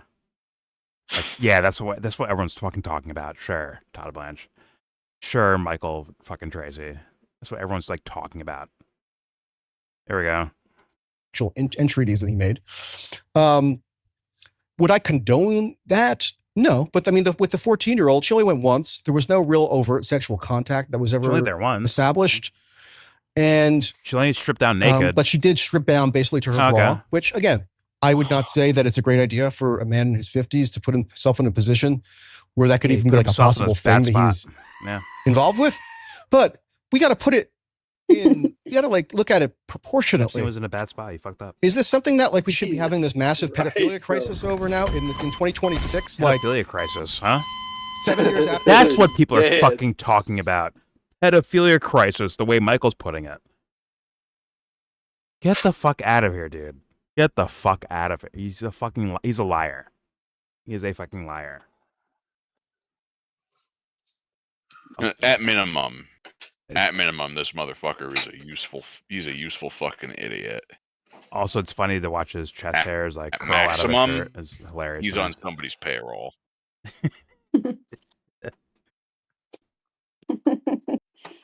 All right, shut the Zelda. All right. I'm actually getting fucking mad at this. I don't blame you at all. But all right, here we go. Here's more of this ridiculous person. After the guy died, and 20-something years after the offenses in question, to which he pleaded guilty already, served a term of incarceration that was actually fairly stringent, had to register for life as a sex offender, paid millions and millions of dollars. I mean, no. Wasn't he punished enough? I would contend that is not a sufficient basis to proclaim, as so many people do, just so flippantly and casually, that we are now in the throes of this motherfucker could argue his fucking hairline back. I tell you what. Crisis. And of course, there were other girls the government identified who were also under 18. Their stories always varied. Some of them said they lied about their ages. Some had fake IDs. Others claimed they didn't lie about their ages. So Epstein was, I would say, reckless and impulsive at the time. Ghislaine Maxwell says, it was all that in a testosterone. proffer interview last summer, with the Deputy Attorney General, Todd Blanche, that he was taking large amounts of testosterone around this period, which might Oh affect my his judgment damn it, and also dude, his... he did it Excuse again. you? He did it again, dude. I'm so wrecked, dude. It's Fuck like you my can guess life. his steps. It's like he's got I talking don't have points. Like, words. why do I remember what you're about to say? Why the fuck do I remember? Why can I recite it like it's a fucking script? It's crazy. I'm Like, so I was wrecked. expecting trash going in, but Hey, Joe. I feel like I need That's a funny. shower listening to this. Listen, Joe. That's actually funny. Is this video from this month? Because he doesn't have new content. From yesterday. This is from brand yesterday. newish. It's brand newish, basically. Yeah, this isn't even a day old Why is yet. he so invested? But he can't look at the new stuff. Like because there's a lot of things in there. I know. Yeah. Yeah, Jesse. Jesse, I wish I could like show those things, but I'm telling you, that will get like I already got the fucking clip. Like I already got clipped for this shit, bro. If I show that shit, I'll get clipped again. Like it is what it is. So, but at the same time, it's like things that we've all seen like independently, just looked at. Oh my god, he's not answer for that. And what does he use? Once again, unsubstantiated. Yes, maybe there's medical records showing Jeffrey Epstein on fucking testosterone, but that doesn't explain behavior. But he's touting it around like it is like yeah, because he was on testosterone. Maybe he fucked up. He's very horny because he was on testosterone. Did you see he's got a new live stream? He got a new video out with Dick Hernia. Of course he does. No. Chomsky was right about Epstein. That was the title. He's baiting. He's baiting. He's What? fucking Was he on baiting. This bitch testosterone is like baiting. 15, 17 years? That better be a joke. From the No, early it's not a 90s? joke. But he's baiting. No, in the 2000s, Jesse. That was Ghislaine Maxwell's testimony that he was on testosterone in the 2000s. And he changed. He changed all of a what's sudden. his excuse? Oh. I don't know. You know what I'm saying? A new phone, who this? Yeah, What about before? He was out at the Safeway with Craig and them, and the sun was in his eyes, and the weather got really bad, and somebody stuck him in the ass with a syringe full of testosterone, and well, here's his narrative. Let's say his narrative, right? Epstein started taking testosterone, which means he was more like horny, I guess. But he wasn't into little kids. He wasn't in like younger girls. I mean, like younger, but like not like illegally younger, right? So he's like, "Hey, excuse me, ma'am, are you 18?" I guess he's doing that. He's checking their IDs before they come in the house and shit. Yeah, apparently. He's doing his due diligence. And Michael's just like, yeah, normal, or it's whatever. Tell them you are, or you won't get paid. And that's these part girls, of the these girls lie part to of the take secret advantage of him. password. Yeah, they lied to take advantage of Epstein. Apparently, making it sound like, yeah, this is normal. This is fine. Could that be a part of the training, like the recruitment? Jesse, he was just horny, and these girls lied to him. Duh. He needed new masseuses every day. He needed a new person to show up and do a massage for him. In their underwear and bra. Yeah. I mean, there's no doubt that this is, even if you're calling a massage, like he was doing this, like he was paying girls to come in and massage him, right? Like this is, and these girls at this age, like this is a lot of money for them, right? Like yeah, for them all. Yeah, like $200. So life-changing.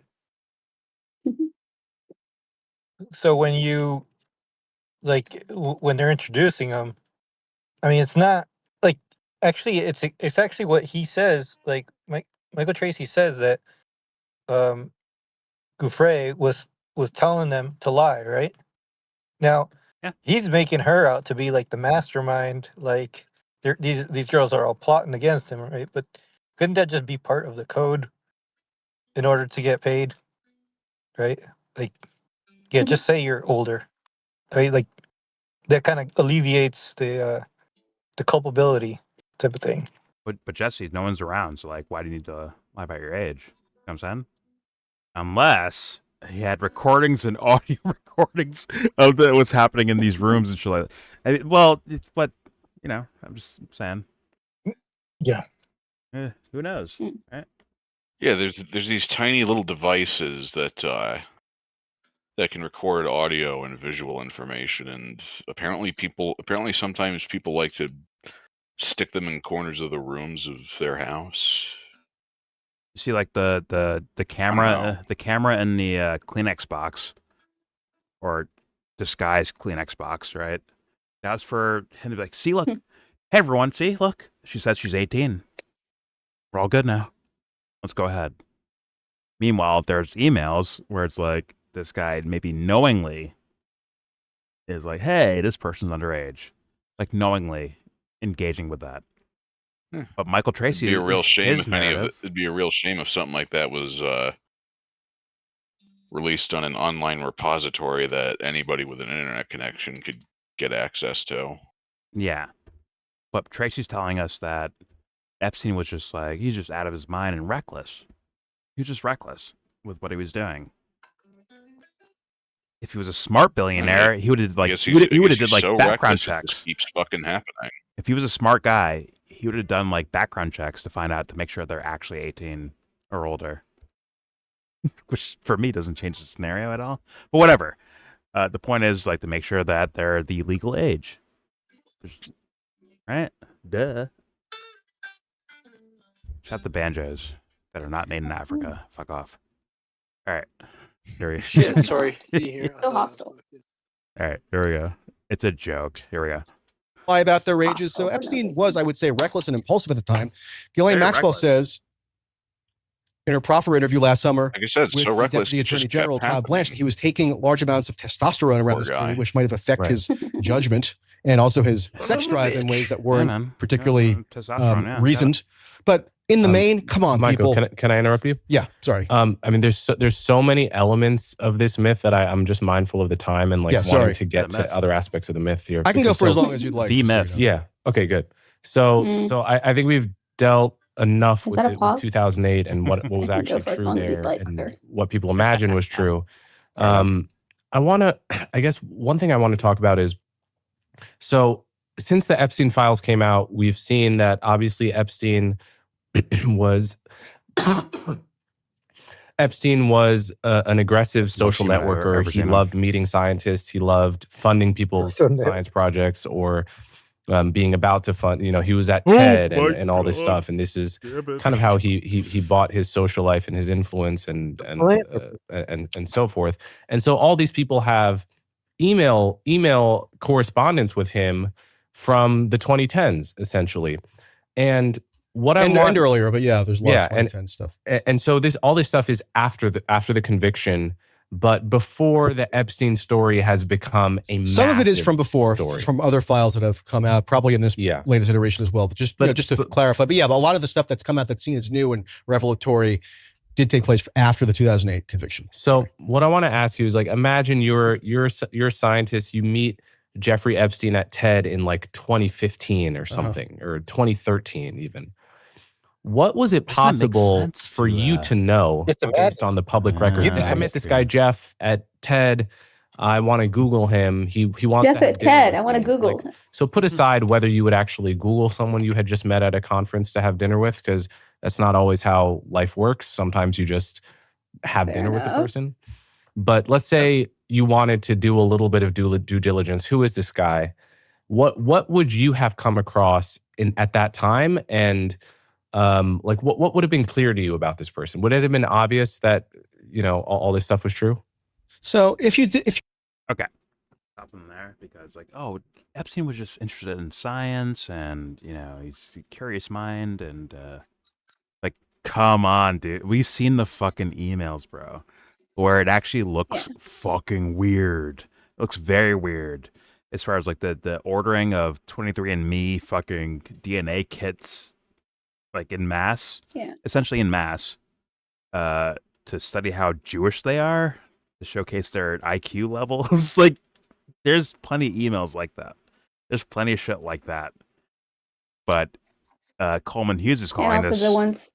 the ones who are referring to like the different parties that he's having. Like, oh, when are your like wild parties. Shout out to Elon Musk, actually. Yeah, exactly. What night do you have the wildest parties on the island? Yeah, exactly. Exactly. Yeah, it's like. But don't worry, it's all about intellectual pursuits, I guess, according to Certainly. Coleman Hughes. And of course, Michael will not bring up a problem. And we're like, hey, wait a minute, the way you assess that, let's talk about that, like directly based on the emails we're seeing. Now, all of a sudden, it's skipped over. All of a sudden, OCD is gone. Your obsessive compulsive nature towards these files and your meticulousness, right? All of a sudden, gone. Now it's like, yeah, sure. He loves science. Bland, broad fucking statements. He likes science. Like, imagine that as like the assessment of that scenario. Yeah. Brilliant. Strategic ambiguity. Yeah, fucking genius. Very vague, very like kind of just are we going to talk about the context, the situation that we're referring to? Like, I guess not. Okay. Once again, I understand not bringing up like the direct emails or direct documents at all. I understand that because YouTube is a bunch of pussies. But, to not actually like in a way reference them without showing them is you can reference crazy. them without showing them, yeah. 5+1 runs in a Daly. Where's that track? What's that? Anthony, your fucking background. I swear to God. You butthead. He's at the bodega. He's on Instagram for sure. Right. I'm burnt for the fucking night. I can't take any more of this shit. Pause. Good night, Sleepy Joseph. Have a good night, Joe. I'll see you buttheads another time. All right, dude. But yeah. Eat clams. All right. I'll keep playing. Here we go. This person, would it have been obvious that all this stuff was true? Goddamn mouth. So if you spent like a half hour Googling in 2015, you would have found some stuff that if you are hyper scrupulous in ensuring that you never associate it with anybody who could be seen as morally sullied in any way, maybe you would have chosen not to associate with him.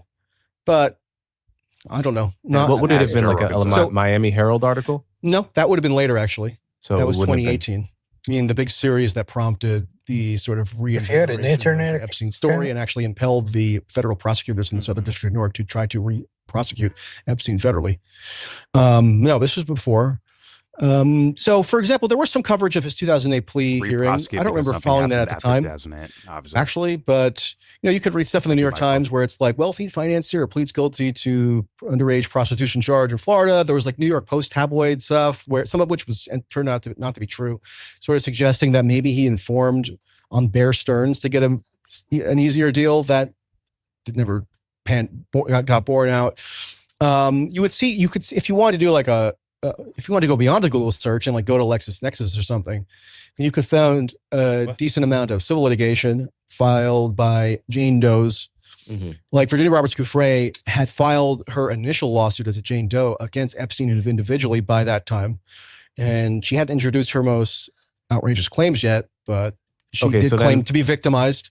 But in terms of what you could know in terms of what he actually pleaded guilty to, which is the standard that I would think is the most rational one, if you're going to have a standard at all in terms of evaluating this stuff. Because I'm smart. It's exactly what I just said before, although probably all of that wouldn't have been available at that time. What he's doing is not even rational, though. No, it would have been available. You would have, but you could still find what he's doing is not even rational. To which he pleaded guilty, which were prostitution offenses. I Antithetical think people have to bear in mind that virtually everything that would have been considered prostitution, including statutorily, examination in 2008, which is what he's claiming to do, is today considered presumptively to be, lying, quote, trafficking. Honestly. Like prostitution is almost like a taboo thing now to classify any of these activities as, because it seems to demean the quote unquote prostitute. But back then, if somebody got caught up in a prostitution charge, it's not really the end of the world. Elliot Spitzer was the governor of New York in 2000 and he had to resign as a result of patronizing prostitutes. If he had happened to be governor in 2026 and the same thing was found out, he'd probably be federally indicted for trafficking. So that's what That is a crazy fucking statement. He is out of his fucking mind. Or worse. Or worse. Lying on behalf of something. That'd be the worst case, in my opinion. Which is out of your mind, but like different. Versus like you're just like so pathologically obsessed with this fucking story in a certain way. You start saying shit like that, bro.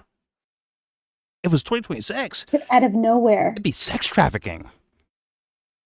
Because these dumb people are just so obsessed with, they need everything to be like Pizzagate over and over and over. You're like, no, Michael, there's regular people like looking at this. But once again, I'm actually proud of my examining, like at least my Twitter feed, right? Of the way they're going about it. It's like asking questions like, yo, how come this guy is redacted? Or how come this scenario is not looked into or investigated? That makes sense to me. Michael's like, no, they're all fucking, they say everyone's a pedo, and if you're rich and elite, you're a pedophile, right? Everyone's doing that. See? That's what Michael's claim is, essentially. And it's like, yo, like he's like some sort of like beacon of fucking integrity and honesty when it comes to journalism. Like, get the fuck out of here, dude. Get the fuck out of here. I pride myself on not leaping at things. Or I tried not to, right? And it's like, this guy's poop. If I said what I said tonight, or any of us, I think, whatever we say to this guy, it might be poo-pooed as like, oh, you're a conspiracy theorist that looks for salacious stories about, pedophile rings and the elites engaging in pedophile rings and Pizzagate and whatever, child sacrifice and like all the fucking tropes of the idea. Although, not saying dismissed, I'm just saying, like, in a way, they're kind of tropey, in a way. And he would just dismiss us as that. And it's like, why not engage with the toughest arguments, Michael? I see you get them. You don't engage with them. You dismiss them as you're a crazy conspiracy theorist. Meanwhile, he went through the same thing with Russiagate, didn't he? Didn't he? Well, he claimed to go through all the paperwork, and it was a total nothing burger on Trump, blah blah blah. But I don't know. I'm like suspicious of anything he's ever said at the moment. So, but yeah, he did talk about Russiagate. He was going on against the quote unquote grain of the mainstream media hysteria. Exactly. He's saying the mainstream was so locked in on this. Also, TYT when he worked, I think he got maybe fired for that. Maybe. But I guess that's when they went their separate ways. Yeah. Yeah, it's like, okay, so there's a concerted effort to bring up Trump and Russiagate and make Trump attached to Russia, right? You're like, oh, that's fucking, it's like, Michael, was that organic? What was that? I think he'd say like, oh, this is like almost like state apparatus style story. Or it's like passed down from above to everyone else to start saying it too, which is propaganda, right? Do you guys recall like his weird obsession with Tulsi too? Like when Tulsi endorsed Biden, he was like excusing it. Like, well, she's a Democrat. She signed the document, so she had to like. It was way more than that though. Like he was like following her, like he was like pasta, following her all over the place, dick riding her. I remember that. Where it's like he picks topics no one is like the mainstream is like poo-pooing, and he becomes a champion of it. Although there's more to it. It's not just being a contrarian.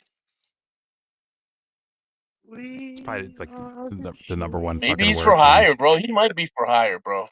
That's what I'm saying. I'm going there. Life for hire. His life is who for the hire. fuck are you? Yeah, you're a gun for hire. Like an independent contractor, or like what? Like not independent meat. That's what he means by independent contractor. That's what it means exactly. Independent contractor media. That's what it is. Listen, high's better. I'll do it. And he's probably cheap. Like those. Yeah, he's probably cheap. I like that. Relatively speaking. I mean, whatever. I was gonna make a joke about his hair follicles. Whatever. Who cares? Let's keep it moving. Here we go. A little bit more. Just a tiny bit more. I want to get to the fucking. People would have known. And when he would be asked about it by people, and when he would explain it to people, he would say that he felt like he got a raw deal. That girls lied to him about their ages, and the feds came hard after at him, and he was sort of forced to plead guilty to these prostitution charges. So that's basically what they would have known. And yet now, anybody who so much as exchanged like a lighthearted email with him, lighthearted, they must be banished from society. Really? And you said before, this is how he purchased his friendships or something. Yeah, the guy obviously did have a lot of money, and he used that to facilitate his social life. There's no doubt about it. But I think if we want to be fair, if we want to actually be impartial and scrutinizing the record, a lot of people seem to actually really enjoy him. He did seem to be actually quite intelligent. He was sort of a math guy. There's no way he could have bare that minimum. many He's trolling that many people he's if he parroting wasn't charismatic. Good. The tweet you showed us, he's parroting it right now. I mean, yeah. Very intelligent guy. Like very charismatic. People like them. Like, okay. And was he lying? Was he being deceptive? That's what that would beg, but like to try to play the opposite side of the, like I said, the fucking railroad tracks like this is, to me, asinine and dishonest. Just being honest. Truly. But all right, let's find the. It's gonna be the same shit we already heard from Michael Tracey, basically, right? So he's got his marching orders. Yeah. So I'm curious about the intelligence right here, right? Which one is it? The intelligence asset theory. Well, we're looking for the passport, right? Thing. Yeah, we'll start. Like, which one's first? Passport one's first. It says the intelligence asset theory. It is okay. And then there's and then it goes into the multiple passports after. Yeah, start there. I don't know what's on that one, but start there. Fair enough. I don't know what the intelligence asset theory is. He's probably going to talk about Whitney, maybe. I don't know. If he goes into somewhere weird, I'm just going to skip to the multiple passports thing. Sure. All right. It works. All right, here we go. Edge.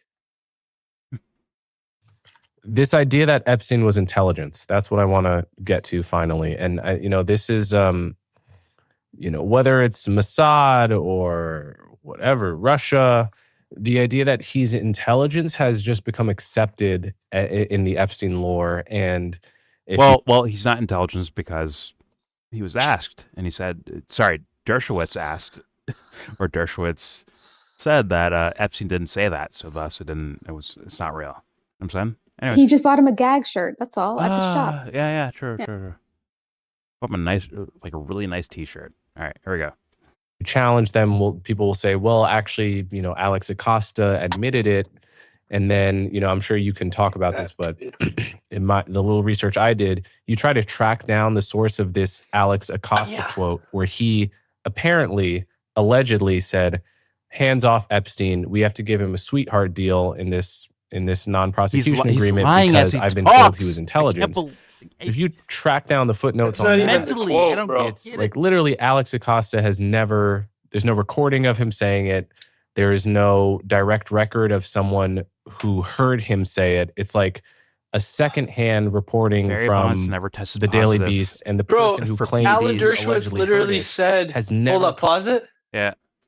Alan Dershowitz literally gave the fucking game up in that fucking interview we watched before, where he was like, if he was Mossad or a CIA, of course I would have got him off the fucking hook and he wouldn't have gone to jail. Meanwhile, it's that's literally what the accusation is about Jim Acosta, that he got that they said he's intelligence, hands off the guy. Yeah. Alex Acosta. Jim Acosta, what was he? Yeah, Jim Acosta's the shitty ass fucking CNN reporter. But it's like shit Costa. Are they brothers or cousins or some shit? I have no idea. But if you see like the deal that Epstein got, it's like, to me, that would scream that based on the allegations. Now you can say like, oh my God, he had really good lawyers the whole time. That's why. They're so fucking talented lawyers. You could say that, but like I'm I can't go there, at least yet. I can't go there yet. I'll say that. It's like, yo, it screams like, because if like there's allegations out there from actual people, like, yo, this guy did this shit. One way to cover it up is to, okay, yeah, listen, we got him. He's in jail now. You won. Now walk away. Go do something else. Go live your lives. Do something else. Meanwhile, it's like the actual deal that he got was like, you know, it isn't like, oh my God, he's gonna be in the fucking state penitentiary with fucking killers and right, with like some savages and shit like that, right? But instead, it's not actually that. So thus, like, how did they explain all of that? Also, like Ghislaine Maxwell, how do you explain that too? Or she gets like moved to like a nicer prison. Like, how do you explain all that, guys? They won't. I'm saying that like a regular person, but like these guys are not regular people, in my humble opinion. These are weirdos, actual weirdos. But let me leave and come back real fast. All right. All right, here we go. Come out publicly and raised their hand and said, "Hey, I'm the person that heard Alex Acosta say this." So that was what I could determine from that. And the only time he's ever been asked on, I didn't hear it directly. Like on the record, he denies that it ever happened. So is that I right? wasn't Tell there me in everything person, you know so it didn't about happen. the Alex Acosta source being intelligence Sure. and any credible thread of Epstein being intelligence. Okay, so this is another central tenet of the folklore, I would say, especially online, because people on the internet seem especially enthused about this idea that he's an intelligence asset or is intelligence. Like, I don't even know, what does it mean to be intelligence? Like, nobody's really ever that specific about what they're asserting here. But yeah, the Acosta thing was definitely foundational to the proliferation of this lore.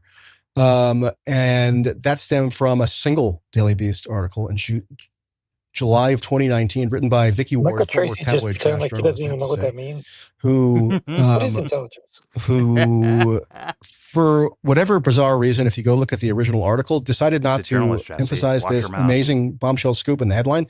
Like, if I got a scoop saying Epstein belonged to intelligence or somebody else who was of high notoriety at some time, like, wouldn't I say, headline, "Hey everybody, I just found out that this person belongs to intelligence," but she like buries it in the article. It's like a definition of this old journalistic cliche, burying the lead. And she never follows up on it, really, that I've ever seen in the many years that have ensued since July of 2019. He's got the There's never been eyebrow any up. corroboration she's ever been able to produce. She sources it to a former senior Trump administration official who allegedly told her this 2 or 3 years before July of 2019. And if you read it closely, it's like quadruple hearsay. So it's her saying that somebody told her that they heard, or it's her. Sometimes I get this screwed up. It's her saying that somebody told her 2 or 3 years ago that they heard that Acosta said to others, right, that this happened in a Trump transition meeting after Trump won the 2016 election. And I've been able to surmise with a very high degree of certainty, although not 100% certainty, because there's not much we can be certain in life, but like reasonably high level of certainty that the person she's attributing this claim to is Steve Bannon. You genius. Who at that point was a former senior Trump administration official, and has now this very elaborate relationship of his own that we now know of with Epstein. And because a different topic, if he does the eyebrow thing and the eyeball thing, because he tends to do it like at certain points, where his eyes pop out of his fucking skull. Is that what you mean? His eyes and his eyebrows. Okay. Yeah. Usually it's, I mean, more often it's like when he talks about like Virginia or supposed where these victims, so-called victims, his eyes pop out of his fucking skull. Basically, when he references the women, the other side of the case, right? That's usually when he starts to do that most. Well, I'll be I fair. don't know. Like, I Jesse. don't have a baseline if he does this in other types of injuries. I'll be fair for multiple reasons. Also, first thing is honesty, but also this fool would use that. Like, what are you saying then? Huh? What are you saying? Huh? I can't like blink. Fuck you. Like he's gonna like do some shit like that. In my opinion, is what this little sweat lord would do. Well, I mean, and it's fair that like some people just have different mannerisms. Like that can be fine. But I mean, it's just an observation that like it's not the whole interview. Usually, there's certain points that, yeah. I'm just saying, like, It's just an observation. I can't say that means anything. I'm just it's Well, just it's like I it's in agree. combination with like what he's saying, right? So it's not just that he's making those faces. It's Yes. like kind of matching like the energy that he's giving off when he makes those faces as well. yeah. That's Yeah. where Yeah. I get my feeling exactly. Like there's Mhm. certain energy that comes on certain parts of the things he's talking about. Like he gets Mhm. like basically he gets very emotional when he gets into like when he starts attacking the ladies. He he gets very passionate about doing that. Yeah. I agree personally from my observations. It's Yeah. just I don't want this little fucking weasel a second of a fucking half of an inch of fucking room to move anywhere. Like, no, bro, you're not getting away from this. You're not moving anywhere. He's like dirt. He really is like Dershowitz. He's just Excuse me? waiting for you to say something. He's just waiting, like for the Excuse wrong me? keyword. That's libel. Yeah. I do this Slander? normally. My eyebrows are they are what they are. Libel. Like I don't want any fucking room for this fucking guy. Straight up. And the motherfuckers are gonna like they're gonna leak. I've seen it on Twitter where people are like responding to his tweets, and they're just like, "Yo, go fuck." People are just like, "Yo, go fuck yourself, dude." Like, Yeah, you're a pedo protector, stuff like that. I Yeah. get that too. I get why they're just like, "Yo, again, more with this. You're still doing this." Okay, go fuck yourself. I get that They're shit. like, quit, please. Michael's like, oh, see that? See? Got them. There they are. They're raging. Exactly what They're I called crashing them. out. Yeah. He's gonna start using like Gen Z lingo. And this interview isn't even adversarial. Like like all the other ones were like, what like what are you saying, right? And this guy's like, they're oh, on yeah, the same side, Jesse. Yes. That's a, yeah, they're on the same team. this is But this is bonding. Yeah. Is did you say Bondi or No, like bonding. Like they're bonding. bonding. Like, Yeah. yeah. I'm thinking of Bondi like, listen, the Dow is up 50,000 points. Literally that too. Honestly, that too. It's like what reality are we in? Like what realm or like dimension of existence? Like, are you still on the same plane? You know when we watch these debates, they have a lot of strategies that they apply. Usually like logical strategies, right? Yeah. And I noticed something about his argumentation style, at least on this topic, where people ask him something, and he's so evasive, and I wanted to capture that in like a clip, right? Like try to fit it in 1 minute, where it's just so blatantly obvious, right? Yeah. I couldn't do it. I tried and I tried, but it goes from question to like kind of changing topic. Like by the time he gets to it, it's like 5 minutes, 4 or 5 minutes, and I can't clip him. I'm like, it's like Alex Jones. Jones. Remember Alex Jones was doing? If that's on purpose, that would be almost brilliant. But like I can't, because that's how people. There's like there's a lot more communication faster when it's like fits within a minute, in spreads.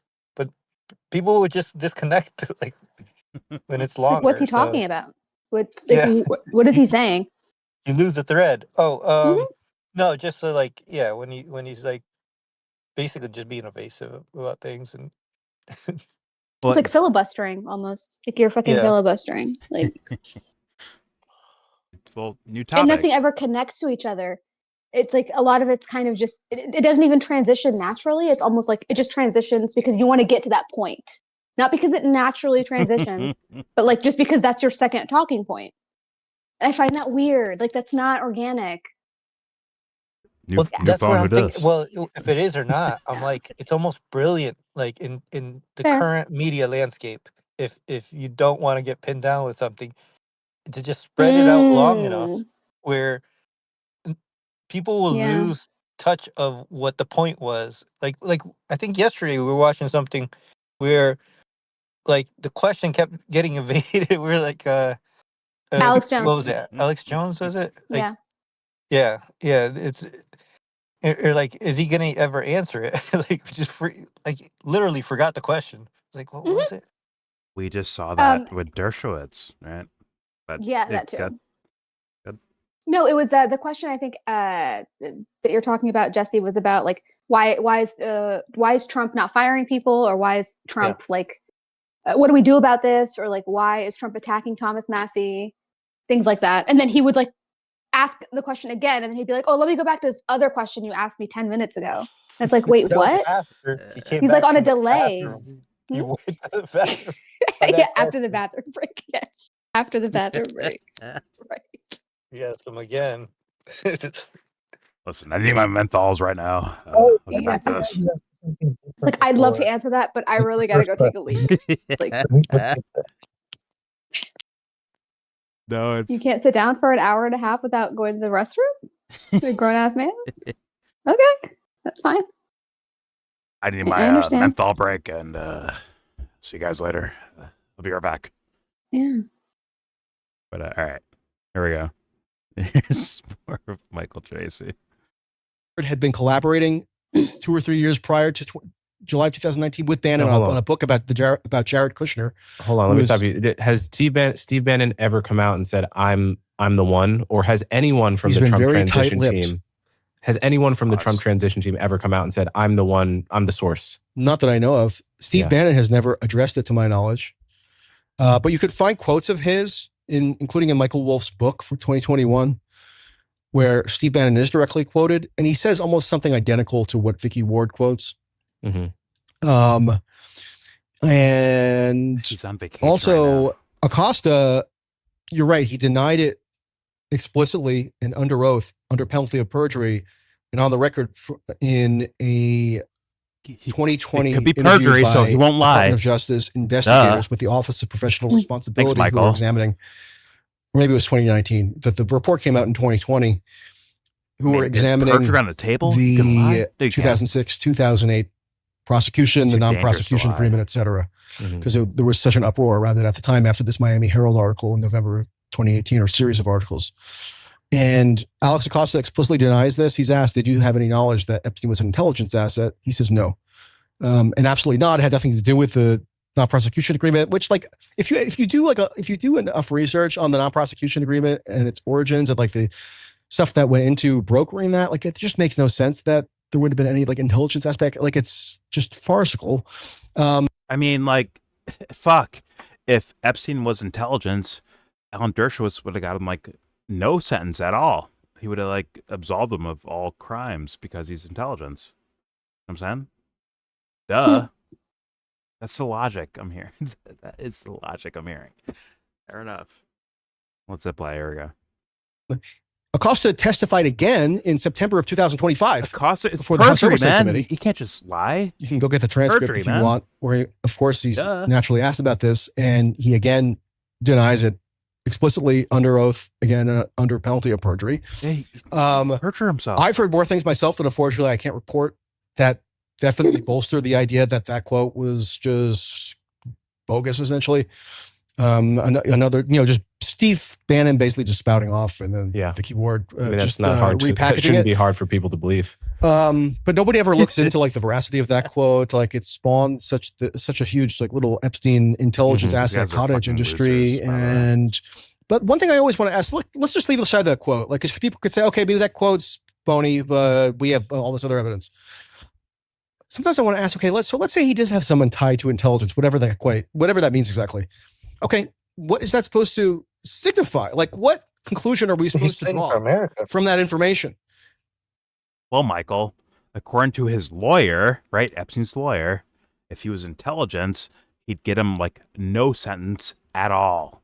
He'd be deemed innocent and they move on.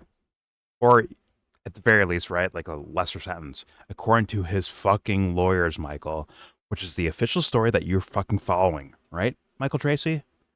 We just watched Alan Dershowitz say, like, yeah, if he's intelligence, bro, he wouldn't even get this sentence, bro. He'd be done. He'd be good. He'd be chilling. Alan, he said that, right? And he's at the same time that he's saying that he did horrible things, right? Yeah. So he's saying he could do horrible things, and he will be let off scot-free if he's intelligence. And then when Michael reports about it, he didn't do nothing. He wasn't convicted of anything in that sense. According to Michael, he got a like so-called sweetheart deal, but it's not actually sweetheart. He actually ate some punishment for being a guy who slept with girls under the legal age of the state, right? Which he says there's like a full-blown hysteria about, right? A full-blown hysteria. And yet he got that deal out of that case. I'm telling you, something's not right here, man. Something is not right. Logically, something not right. But don't worry, Michael will save us from our ignorance and tell us the truth. Because he cares so much about the fucking truth. This little sweat bag. He's going to tell us about it. Here we go. Because it seems like what would make that information notable is that it would show, people think, that the pedophilic sex trafficking and blackmail operation was done at the behest of an intelligence agency, right? Or like the intelligence agency somehow cooked up this whole op for him to ensnare all these people in his honeypot, Mossad honeypot, or whatever. But like, Michael Tracey, has CIA ever sold drugs in America? Like, that is enough for me. That's all I need to know in regards to like what is possible. No, they have people convicted and people killed. They have it, and journalists killed too. Well, I mean, suicide, right? According to Michael Tracey, it'd probably just be suicide. Which is why I want to ask him, like, hey, what about OJ? What happened there? Was that the truth coming out, or was that just a trial? Right?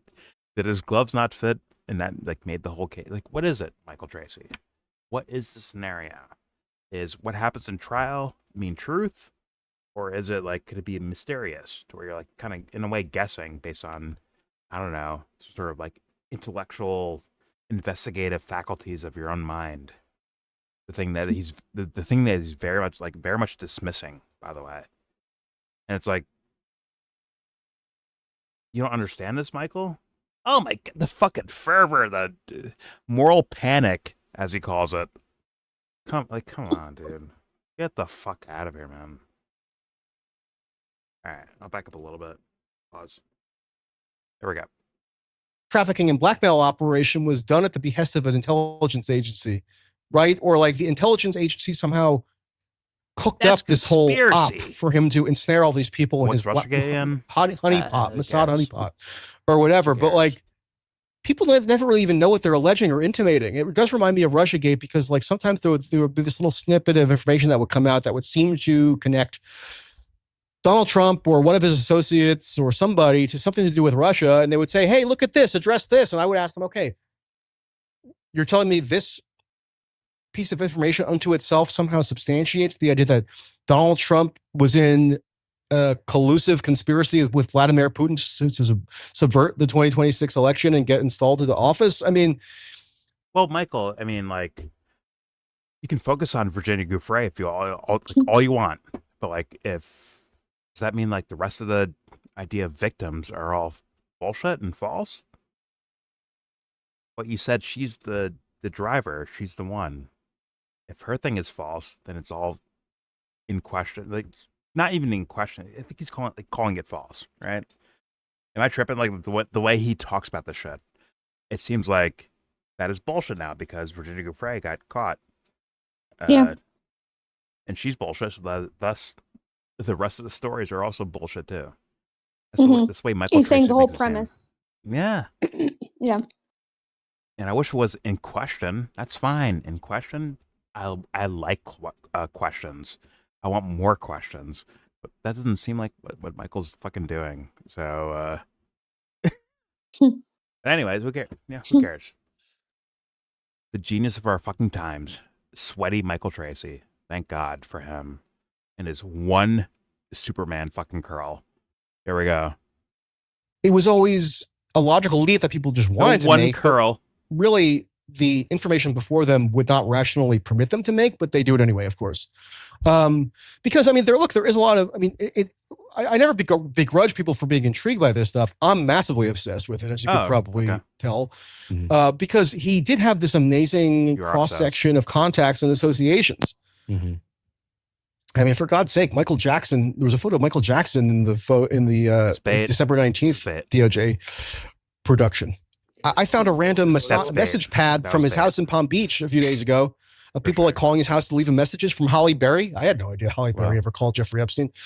And on and on and on. It's Hallie, isn't it? Holly? Yes, he did have these associations with Israel, such as his relationship with the former prime minister of Israel, Ehud Barak, which actually, by the way, recently, a few days ago, Netanyahu came out and again tried to use that against Ehud Barak and his domestic political opponents in Israel. Yep, I saw that.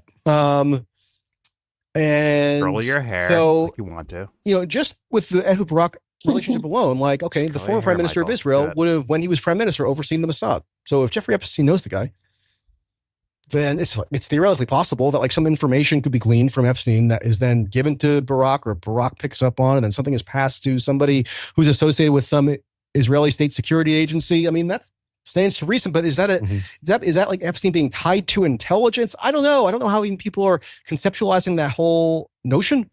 What about Ghislaine Maxwell's father? That's one thing that gets thrown around. Yeah, that always gets trotted out. Okay, so number Michael. one, with that I don't know about you and your father, but like, I would find it strange if everything my father ever did over the course of his life was somehow assumed to mean that I must have been doing the same thing. Mm-hmm. My father, as it happens, was never alleged to be tied to Israeli intelligence, but there you have it. It's just sort of the initial fallacy here and how people reason through this claim. But yes, Robert Maxwell definitely was a big benefactor, a pro-Israel benefactor. He was sort of a media, sort of like a media baron. He had other holdings in the United Kingdom, so he was a wealthy person.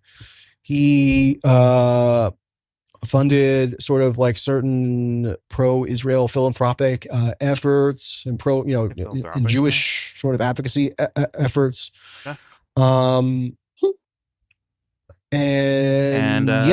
want to then extrapolate from that, I guess. And also, like in the 1940s, he did basically traffic arms to Israel. He did that too. For use in the Arab-Israeli War of 1948. To watch. So, wait. He trafficked arms, according to Michael Tracy. He trafficked arms to whoever, right? Mm-hmm. But this other stuff is like, I mean, like, come on. It's not rational to consider these other ideas in regards to Epstein, Robert Maxwell's daughter, the money exchanges. Once again, we have these emails here and now, Michael Tracy. Actually, there's an email where Epstein is like, yo, this Robert Maxwell guy, he opened his mouth too much. Where he tried to, like, essentially extort Israel, so thus he's whoops, as the emails kind of call it, right? I'm pretty sure that's the word that's used, like whoops. And that's used on many occasions outside of just Robert Maxwell. But don't worry, that's not worth investigation. We are being hyperbolic, and we're just in love with, like, I guess, drama or something like that. In love with the drama of the scenario, I guess, is what Michael Tracy. We're fueling the moral panic. Yeah, true. Yeah. True. We're captured. We're captured by the moral panic of the scenario. And Michael Tracey can see through it because he's so fucking smart, isn't he? What a fucking genius this guy is. Holy shit. Would have never thought about this ever until he introduced it, right? Until this fucking Why are you genius so showed us. condescending to Matthew? His name's Michael. Watch your mouth.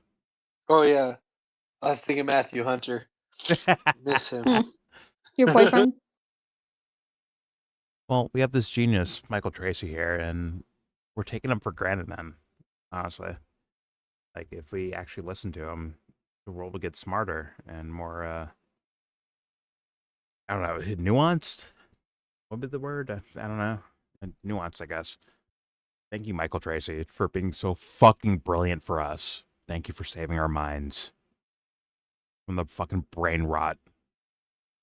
Here we go. What? So, like, what does that mean in terms of Ghislaine? So people then want to leap from that to, therefore, Ghislaine, Jeffrey Epstein, who had Ghislaine Maxwell as his sort of house manager, one-time romantic relationship, then it became more platonic, and she basically ran his properties, and she worked out of his personal office and drew a salary from him. We're supposed to mean because Robert Maxwell funneled some arms to like the British Mandate of Palestine in 1948, that therefore Jeffrey Epstein was running a Mossad honeypot operation in 2005. I mean, I don't even know. None of this ever adds up. It's just these like this weird, hazily inferential reasoning that people are consigned to do because the actual facts don't align with what they want to ultimately infer. So yeah. What about the his message to Deepak Chopra? Wait. They don't say it, but he wants to. Okay. He's saying like they want this. But he doesn't know they're actually like full-blown inferring or even affirming something, right? So it's like a, is that in your own mind, Michael? That's what you're like calling other people out for. Is that in their minds they're going this direction, right? But you're saying like, I don't have like solid evidence yet, but like they want to though. Trust me, bro. They want to say this, but they haven't done it yet. So it's like illogical on a philosophical level, argumentation wise. Bullshit. Fucking bullshit. All right. Forgive me. 1 second. Leave and come back. Yeah. I'm back. Oh shit. All right, here we go.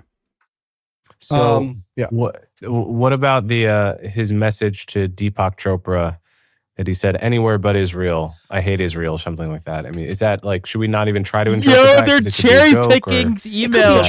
The problem with a lot of these emails is that Epstein was what about Deepak Chopra's fucking emails to him, where it's like some weird shit where this fool had to issue an official apology about his appearance in these emails. I forgot what he said, like young pussy, some shit like that. In these fucking emails, the fucking spiritual guidance of our lifetime, Deepak fucking Chopra. Yeah. Why is that not addressed? Why not? Instead, it's fucking skipped over. It's like, yo, I can't take you guys as like credible. Once again, maybe they cover that in the portions we skipped, right? But like, still, like, how is there not like a harping on that idea? It's just locker room talk, you know, like. Oh, no, okay, got it. Fair enough. All right, here we go. A chronically sarcastic guy, including in his Epstein was kind of a chronically sarcastic guy. Oh, he's sarcastic. Oh, shit. Including in his tediously garbled emails and text messages. He's just being sarcastic. So a lot of this stuff is tongue in cheek. Is that meticulous research? Maybe not all of it, but like that doesn't always come across if it's just one snippet of a decontextualized email. I don't really know what to make of the Deepak Chopra thing. Now not it's all a that mystery. Much. Who knows? Look, he did have some engagement with Israel, I guess you could say. Oh, it's all a mystery. There has been reporting, because Ehud Barak's emails were hacked by a pro-Palestinian hacker group, I guess. What? And yeah, I mean, there were business dealings that Ehud Barak and Epstein jointly pursued that had some connection to Israeli, sort of defense contracting or weapons contracting. And so, yeah, I mean, somebody who's involved in that is going to have a quote tie. I just don't know, again, what we're supposed to ultimately infer from all that. You're supposed to ask questions, you liar. He's a fucking liar. I'm sorry. This guy's a fucking liar. All of a sudden, it's like no nuance anymore. No questions about things. No, like, hey, what was that? Like, what was that about? Nothing. Now it's like, well, sarcasm and come on, guys, is apparently his answer now. That is incredible. You fucking liar. You're a fucking liar, Michael Tracey. It's caught, like, to me, in 4K. You're fucking caught for being a fucking liar. This is not about fucking journalism or nuance or, hey, guys, there's bigger questions here. None of that shit, bro. Get the fuck out of here. You're a fucking liar, my man. I'm sorry. You are a fucking liar. That was my argument with Amy, by the way, where it's like, yo, how come he can say these things where it's like, well, he's being sarcastic and move on, right? Other things, he's the most meticulous OCD, what'd she say? Autistic thinking person, apparently. It's like, yo, that doesn't match what I'm seeing in reality, in my personal opinion. I'm not seeing that. He's so obsessed with details. Get the fuck out of it. Listen, man, he's just being sarcastic. He's just being sarcastic. Get the fuck out of here. That is not meticulous, OCD, fucking detail-oriented fucking person. It's not. I don't see that. That's bullshit. And he's like maybe painting a picture that way. This is about journalism and truth and, seeing a deeper concept of the fucking story. He's selling that. Same with Coleman Hughes. They're both selling that same idea. And like, where? Where it's something where you can't actually like answer for the question. You can't make an argument for like, okay, here's this email. Make that make sense. And they can't fucking do it. They say, oh, he's being sarcastic. And move on. Well, Ghislaine said this. And move on.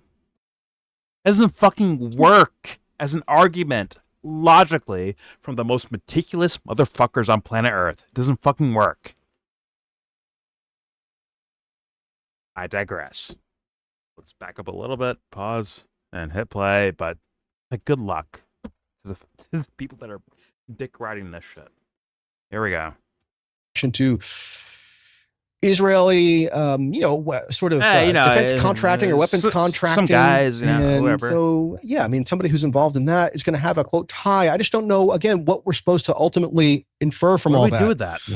What do we do with that? The inference is like almost like left unstated, right? It just means that, like, okay, if he's definitely if he was definitely running a sprawling pedophilic sex trafficking operation that was enforced by blackmail, then if we now find some new little tidbit of information that showed he had a business dealing with the lowest that dealt with some on purpose, I think, military connected firm or whatever in Israel, then that only bolsters our pre-existing belief about the pedophilic sex trafficking operation. I don't know. If the logic never really. You're a fucking liar, Michael. Also clearly, You're it's come out like he had communications and dealings with people that connected to the Russian state, obviously the American government. He like knew both Donald Trump and Bill Clinton. Okay, so like those are pretty good connections. Liar again, lying.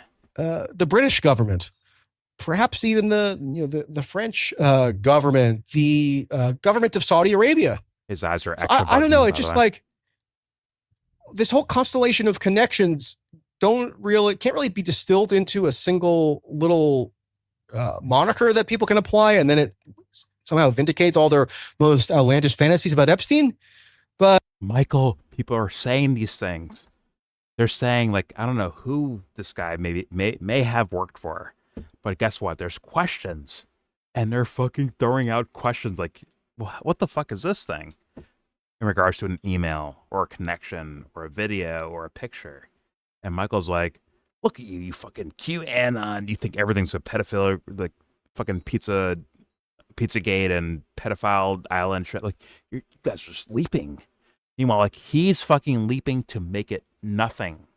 To make it a nothing burger. He's doing that, right? Like, from what I've seen on like Twitter and his interviews, he's fucking doing that.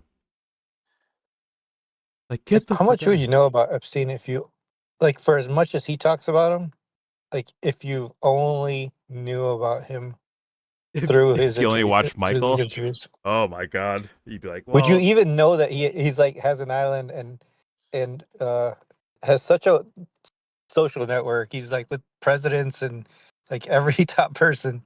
Like you would know about the scientists. He mentions scientists. Like, but like how much would you actually know if you just listened to Michael Tracey? it'd be a conspiratorial extravagance for the sake of entertaining yourselves through whatever new social phenomenon, right? That'd be like his end assessment. Sorry, that fan that's like only watched Michael Tracey only.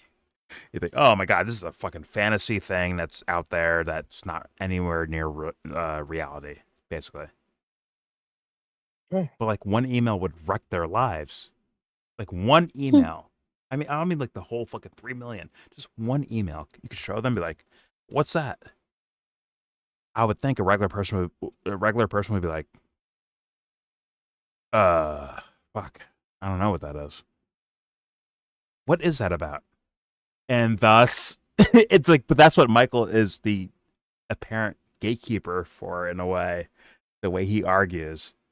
Like, there's nothing here, man. These girls were taking advantage of Epstein. The initial conviction was a nothing burger too. Ghislaine is innocent, and she had nothing to do with fucking Epstein after 2008. Like all those things would say like there's nothing here, but once again, one fucking email, and they'd be like, "What does that mean?" I'd be like, "I don't know. Let's go find out. Let's go ask. Let's go investigate." Doesn't this beg an investigation? It does. But Michael seems like he's coming in, like trying to go in the way of the investigation itself. Like, no, there's no reason to investigate. These guys are like, listen, this lady's a serial fabulous. She's full of shit. She's lying. She's doing it for money. She's a fucking gold digger. These girls knew what they were doing, on and so forth. And that's why it's like, this is not a man standing on his pride of truth and integrity in journalism. He's not that. He's a fucking liar. He's a fucking deceiver. Straight up. In my humble opinion. That's what I fucking say. It's not obsession with details. Obsession with being correct. Obsession with, the meticulous investigations of things. No, he's not. I don't see that. I don't see it at all. This guy's a fucking liar. I don't know why. But that's what I see. What he's doing. That's where I'm at. But okay. Let's play more. Here we go. It can't really be distilled into a single little can't fucking moniker that people can apply, and then I want to see that shit. Somehow vindicates all their most outlandish fantasies about Epstein. Fantasy. But people don't feel like there has to be any sort of organized process for filtering this information. It's just a scatter plot. They're all almost stupid like that and classic crazy. Always Sunny in Philadelphia Michael. meme where you connect the dots You're and with the mentally strings to all the stable. little bullet points or notes or whatever. all That's crazy. essentially what this all You're is. mentally stable. Unless So- people can somebody can finally rationally explain to me what they take it all to add up. I to. have So Trace. how do asking we, let me questions, try this Michael. one on you. How do we Fucking explain idiot. the multiple passports, All right, here we go. including with fake names? So there's only one fake name passport. One fake name That we've passport. seen. What is And it, this was Hungarian or retrieved- what He's is already lying off rip for what we've seen. By the way, before this, there's no mention of passports and multiple identities from Michael Tracey at all, right?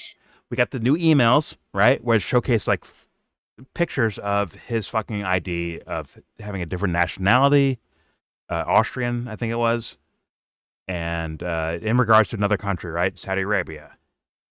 We never saw that before. That is brand new. Yeah. But Michael's establishing, like, well, only one. Like, dude, you didn't know this beforehand. Were you asking questions? Were you saying, like, did Michael Tracey say anything about fucking foreign passports and fake identities beforehand? He didn't. Nope. He did not. But now it's like, oh, well, it's only one. Like, you just found it, Michael. You just found it. now, like within like the week, probably. Actually, I guarantee you, actually, within the fucking week. Mhm. It's like, get the fuck out of here, dude.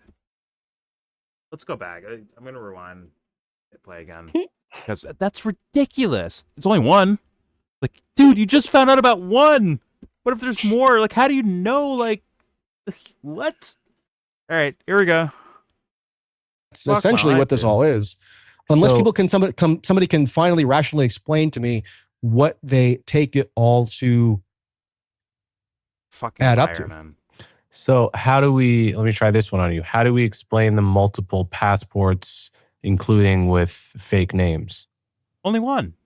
So there's only one fake name passport. One fake name passport, right? What is it, Hungarian or what is it? It's some European country, Austrian. right? It's an Austrian passport. Austrian, yeah. That he evidently got in the 1980s.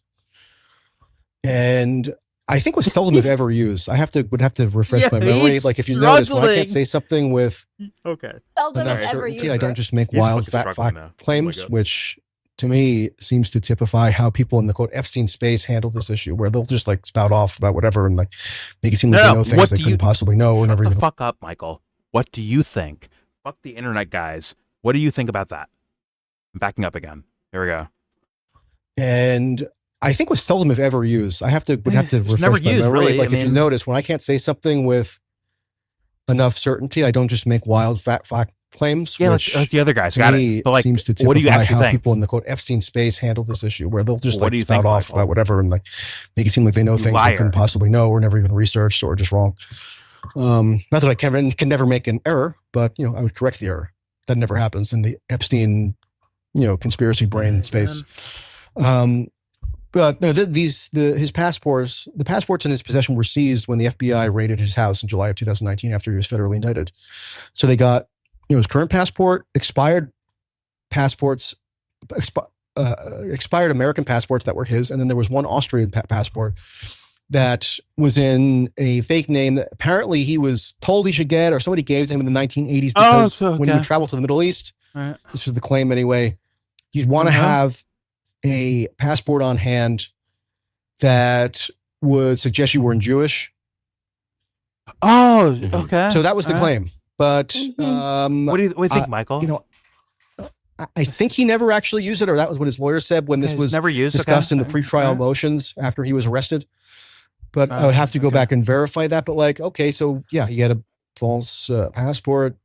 Yeah, whatever. Okay. People just point to that again and then assume that there's something to be extrapolated from it that they don't quite articulate. What? Well, the Are we out of our fucking minds? That's where I'm like, oh my god, dude. What? Well, listen, like people are making like conspiracy theories about this, and like, no, what the fuck do you think, Michael? First off, that's number one. What the fuck do you think? You could say it's a mystery. It's fine. I agree. It's a fucking mystery to me, for sure. But when I hear you start making like argumentation towards like, well, look what they're saying. use passport. Look what they're saying, and you used it like. Well, But look how bad they are. Exactly. Like, okay. You only used like once or twice, maybe once or twice. But why is he like? He needed it because he was Jewish and he needed to mask his Jewishness in case he was gonna get attacked. This is incredible. That's incredible. Watching him dance around. Jesse, you missed it. Is he here? Oh yeah, we should play it for Jesse. You missed this. I'm playing it again in general, anyways. But like, I want Jesse to see this too. That shit's incredible. Yeah, the last thing I heard him talk about, like how people's fantasies, these things that they're and like why even people think he's intelligent, and then I cut out for a couple minutes and then like he's got multiple passports. Okay, but you seen the original like I put it on my screen the other day in a video of the Austrian. He's an Austrian passport with a different name. I forgot the name. Yeah, it was like Flippini or I forgot the fucking name. Not gonna lie, like Maurice or I saw the picture. Yeah, right. Where it's like, yo, how to explain that? And Michael's like, well, listen, like Jews are persecuted across the world, and they might have to something different here, and you don't use it like seldomly, you know. Didn't use it that much. Like, how do you know that, Mr. Strict Investigator? How do you know he that's said, a he said motive? that's the claim. That's the claim. Whose claim? Who did you talk to? Alan Dershowitz? Who did you talk to? Who made the claim? That as well. I don't know what He claim only he's counts talking credible about, claims, honestly. you know. I don't know. That's why I'm like, That is very like inside baseball to even know about the passport thing, because that's not the. If I had to guess, like as far as like mainstream coverage of Jeffrey Epstein, that fucking passport is not part of the story. Typically, I don't think. That's kind of like it's internet new. shit. Yeah, yeah. It's new. Yeah. But I haven't heard anyone saying like, oh, he seldom used it, or that he only got it, or somebody gave it to him because he needed to mask his Jewish identity when he was in the Middle East. I've never heard that. That's what Michael said. No, Michael said that. Yeah. Oh yeah. Listen, we're gonna play it back. Here we go. What's one on you? How do we explain the multiple passports, including with fake names? So there's only one fake name passport. One fake name. There's only passport, one. right? What is and it? this was Hungarian retrieved or what is it? That you Some know kind of, some or European like country, there's only right? one It's an in Austrian Cole asked passport a question. Yeah. that he evidently got in the 1980s, and I think was seldom if ever used. Would have to refresh my memory. Like if you notice, when I can't say something with enough certainty, I don't just make wild fact claims, which to me seems to typify Somebody how give people this in man the a cookie. Epstein space handle this issue, where they'll just like spout off about whatever, make it seem like they know things they couldn't possibly know, or never even researched, or just wrong.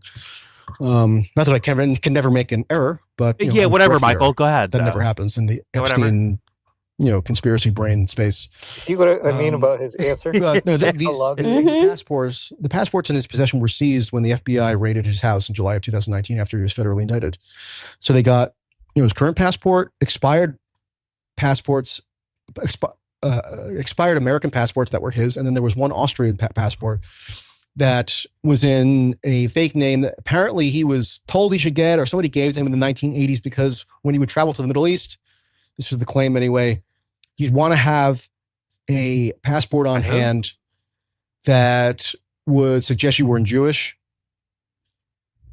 Mm-hmm. So that was the claim. But, I think he never actually used it, or that was what his lawyer said when this was discussed in the pretrial motions after he was arrested.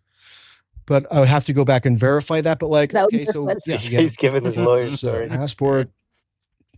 People just point to that again and then assume that there's something to be extrapolated from it that they don't quite articulate. Crazy.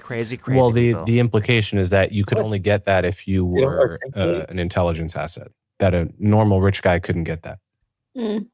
Oh shit. Okay, I mean, then show me why that would have to be the case, or like a normal. He clearly wasn't a normal. Show you evidence now. Like I don't go around saying, "Hey," people always accuse me of saying different identities. People always say to me, "Why are you telling us there's nothing to see here?" Blah blah blah blah. No, there's a lot to see here. First of all, how a moral panic and mass hysteria functions in contemporary America.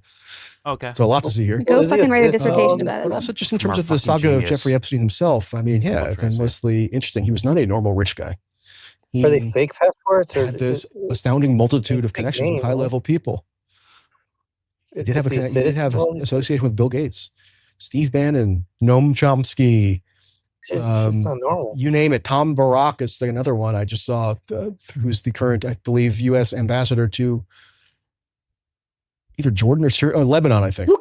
Donald Trump. I mean, the current freaking president. So Bill, Clinton. It's just on and on and on. So I don't think he was a normal rich guy. He was like a preternaturally skillful networker, mover and shaker, you might say. Saying the same words as Ellen. Money manager. No, Mike. Is he reading? So he wasn't. Michael, the passports. Michael. What is that? How does that make sense? Well, he wasn't a normal rich guy. He was a different rich guy. He had better connections than typical other rich guys. Is apparently his answer to that.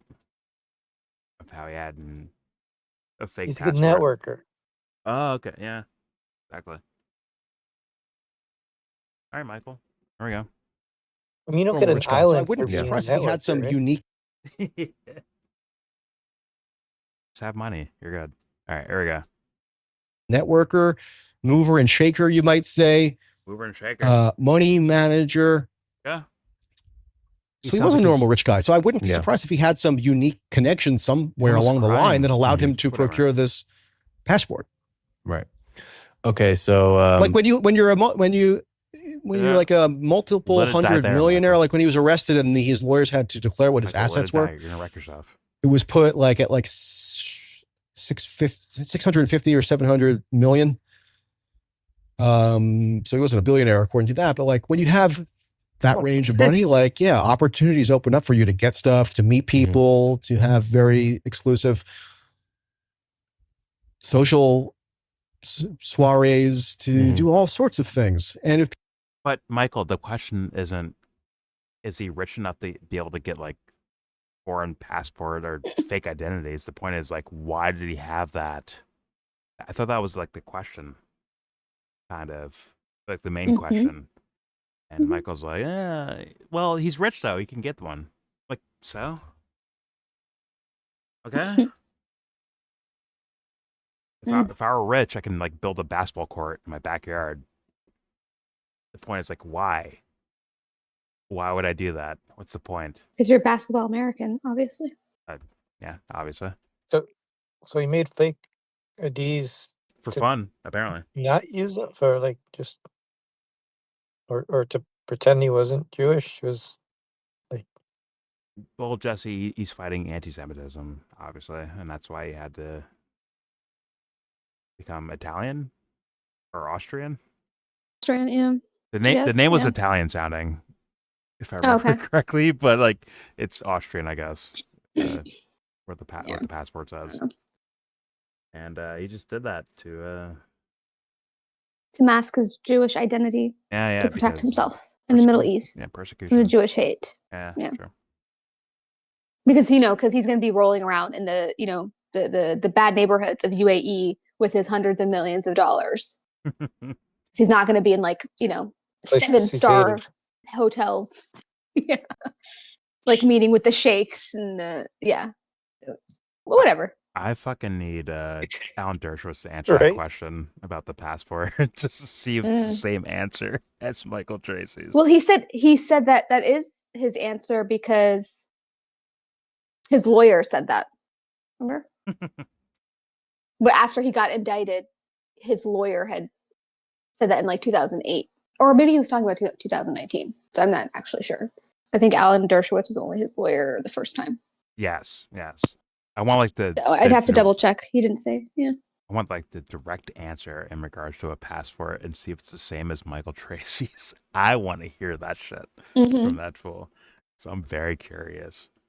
Like I'm already sure that Michael's a fucking liar, that Alan Dershowitz is a fucking liar. Yeah. But I want extra confirmation. Because I haven't heard anyone else say this in terms of, to mask his identity or whatever. And he seldom used it. He said that twice. It's like, how do you know that? Like, how the fuck do you know that? Do you have his fucking daily planner like in your back pocket somewhere? That's what I'm saying. He's reading the fucking margins of like Alan Dershowitz notes. It's ridiculous. It's fucking ridiculous. All right. Let's play a little bit more. Here we go. That's ridiculous, man. Here we go. Stuff to meet people, to have very exclusive.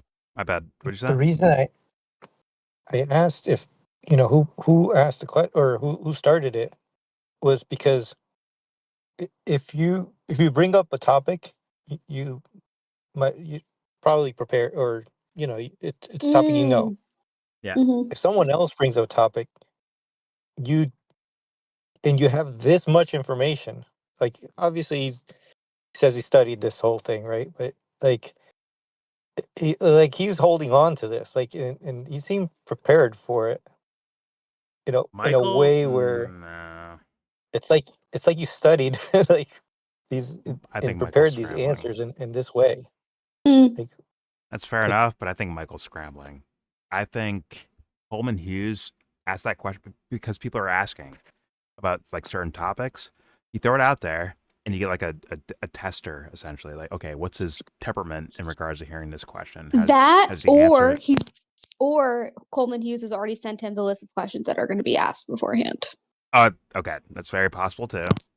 Yeah. But the way it physically like played out to me, that's fair. It's maybe more organic.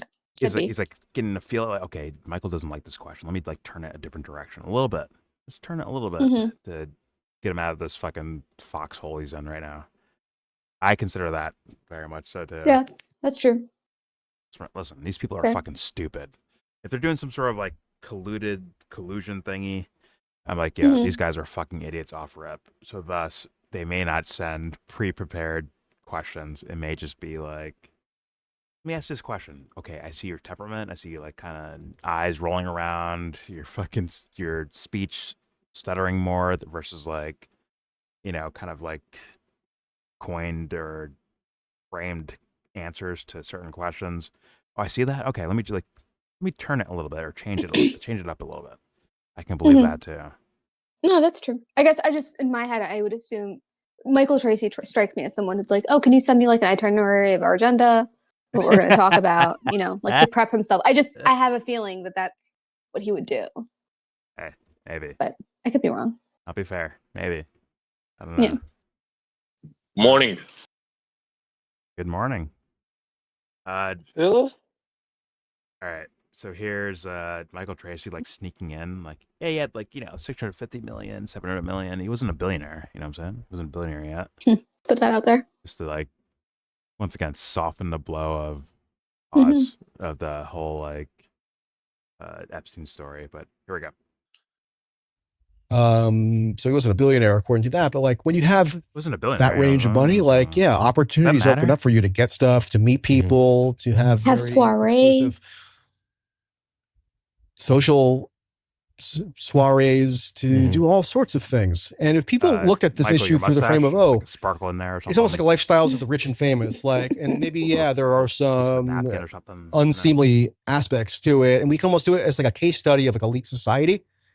That I would be more interested in, or that I would be also interested in. That I could people are doing that, Michael. You're poo-pooing but that's them. not what people are looking through this. You're a liar. That's not the person people are looking at this through. He's a fucking liar, man. So you talked earlier about how the trial of Ghislaine Maxwell was, I don't know what word you exactly described. Shambolic, I think. Shambolic. So why was it shambolic? And all right, that's GG's for me because like they didn't answer the like the little fucking the passport question and all that. Like it was like skipped and like a bunch of nonsense in regards to Michael Tracey's answers to that, and the counter questions were also dog shit. So like what's our point here then when you can't get honesty about about that thing, amongst other things, by the way, that we already watched right from these two. So it's like, what's our fucking point here? This guy's fucking staring into the sun like, let me ponder. Get the fuck... You're not pondering, dude. Shambolic. Like, go away. These guys are so full of shit. And that one, like... I was curious what it was like. Okay, explain this one. Explain the fucking passports. And it was the lamest fucking argumentation. It's as bad as Virginia Giuffre, according to Michael Tracey. It's as bad as hers. The worst, like, fabricator of all time type of statement. To ever walk this earth. Yeah, according to him. It's that bad. So I'm going to end it there. God damn it. There's your video. Please subscribe if you feel like. Comment, agree or disagree. I mean, yo, I'm telling you, something not right here. Something way not right.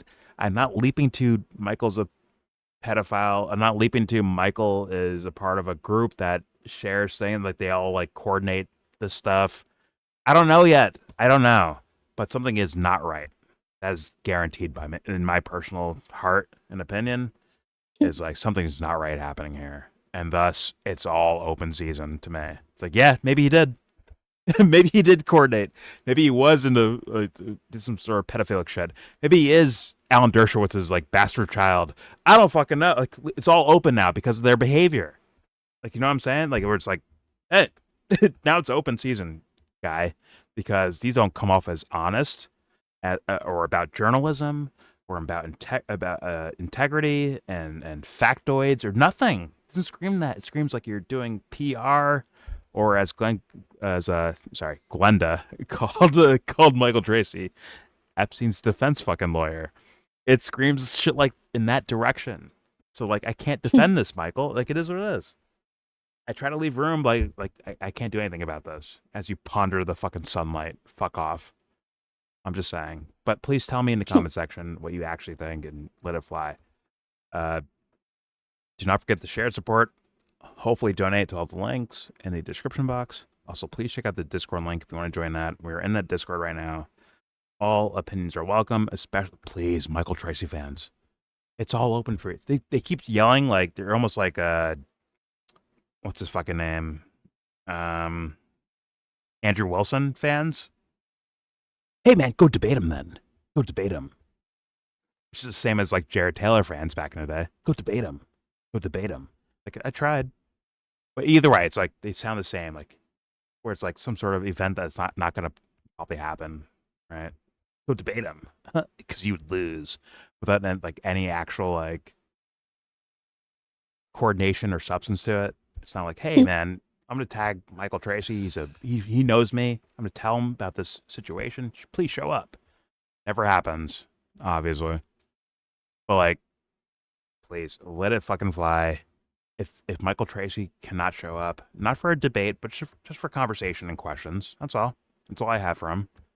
But please, Michael Tracey fans, show up on your own and make your arguments. I dare you to. And obviously, everything I show you will be linked in that same description box for you to look at on your own and come up with your own conclusions. Please do so. And most importantly, with all that said, give this video a thumbs down.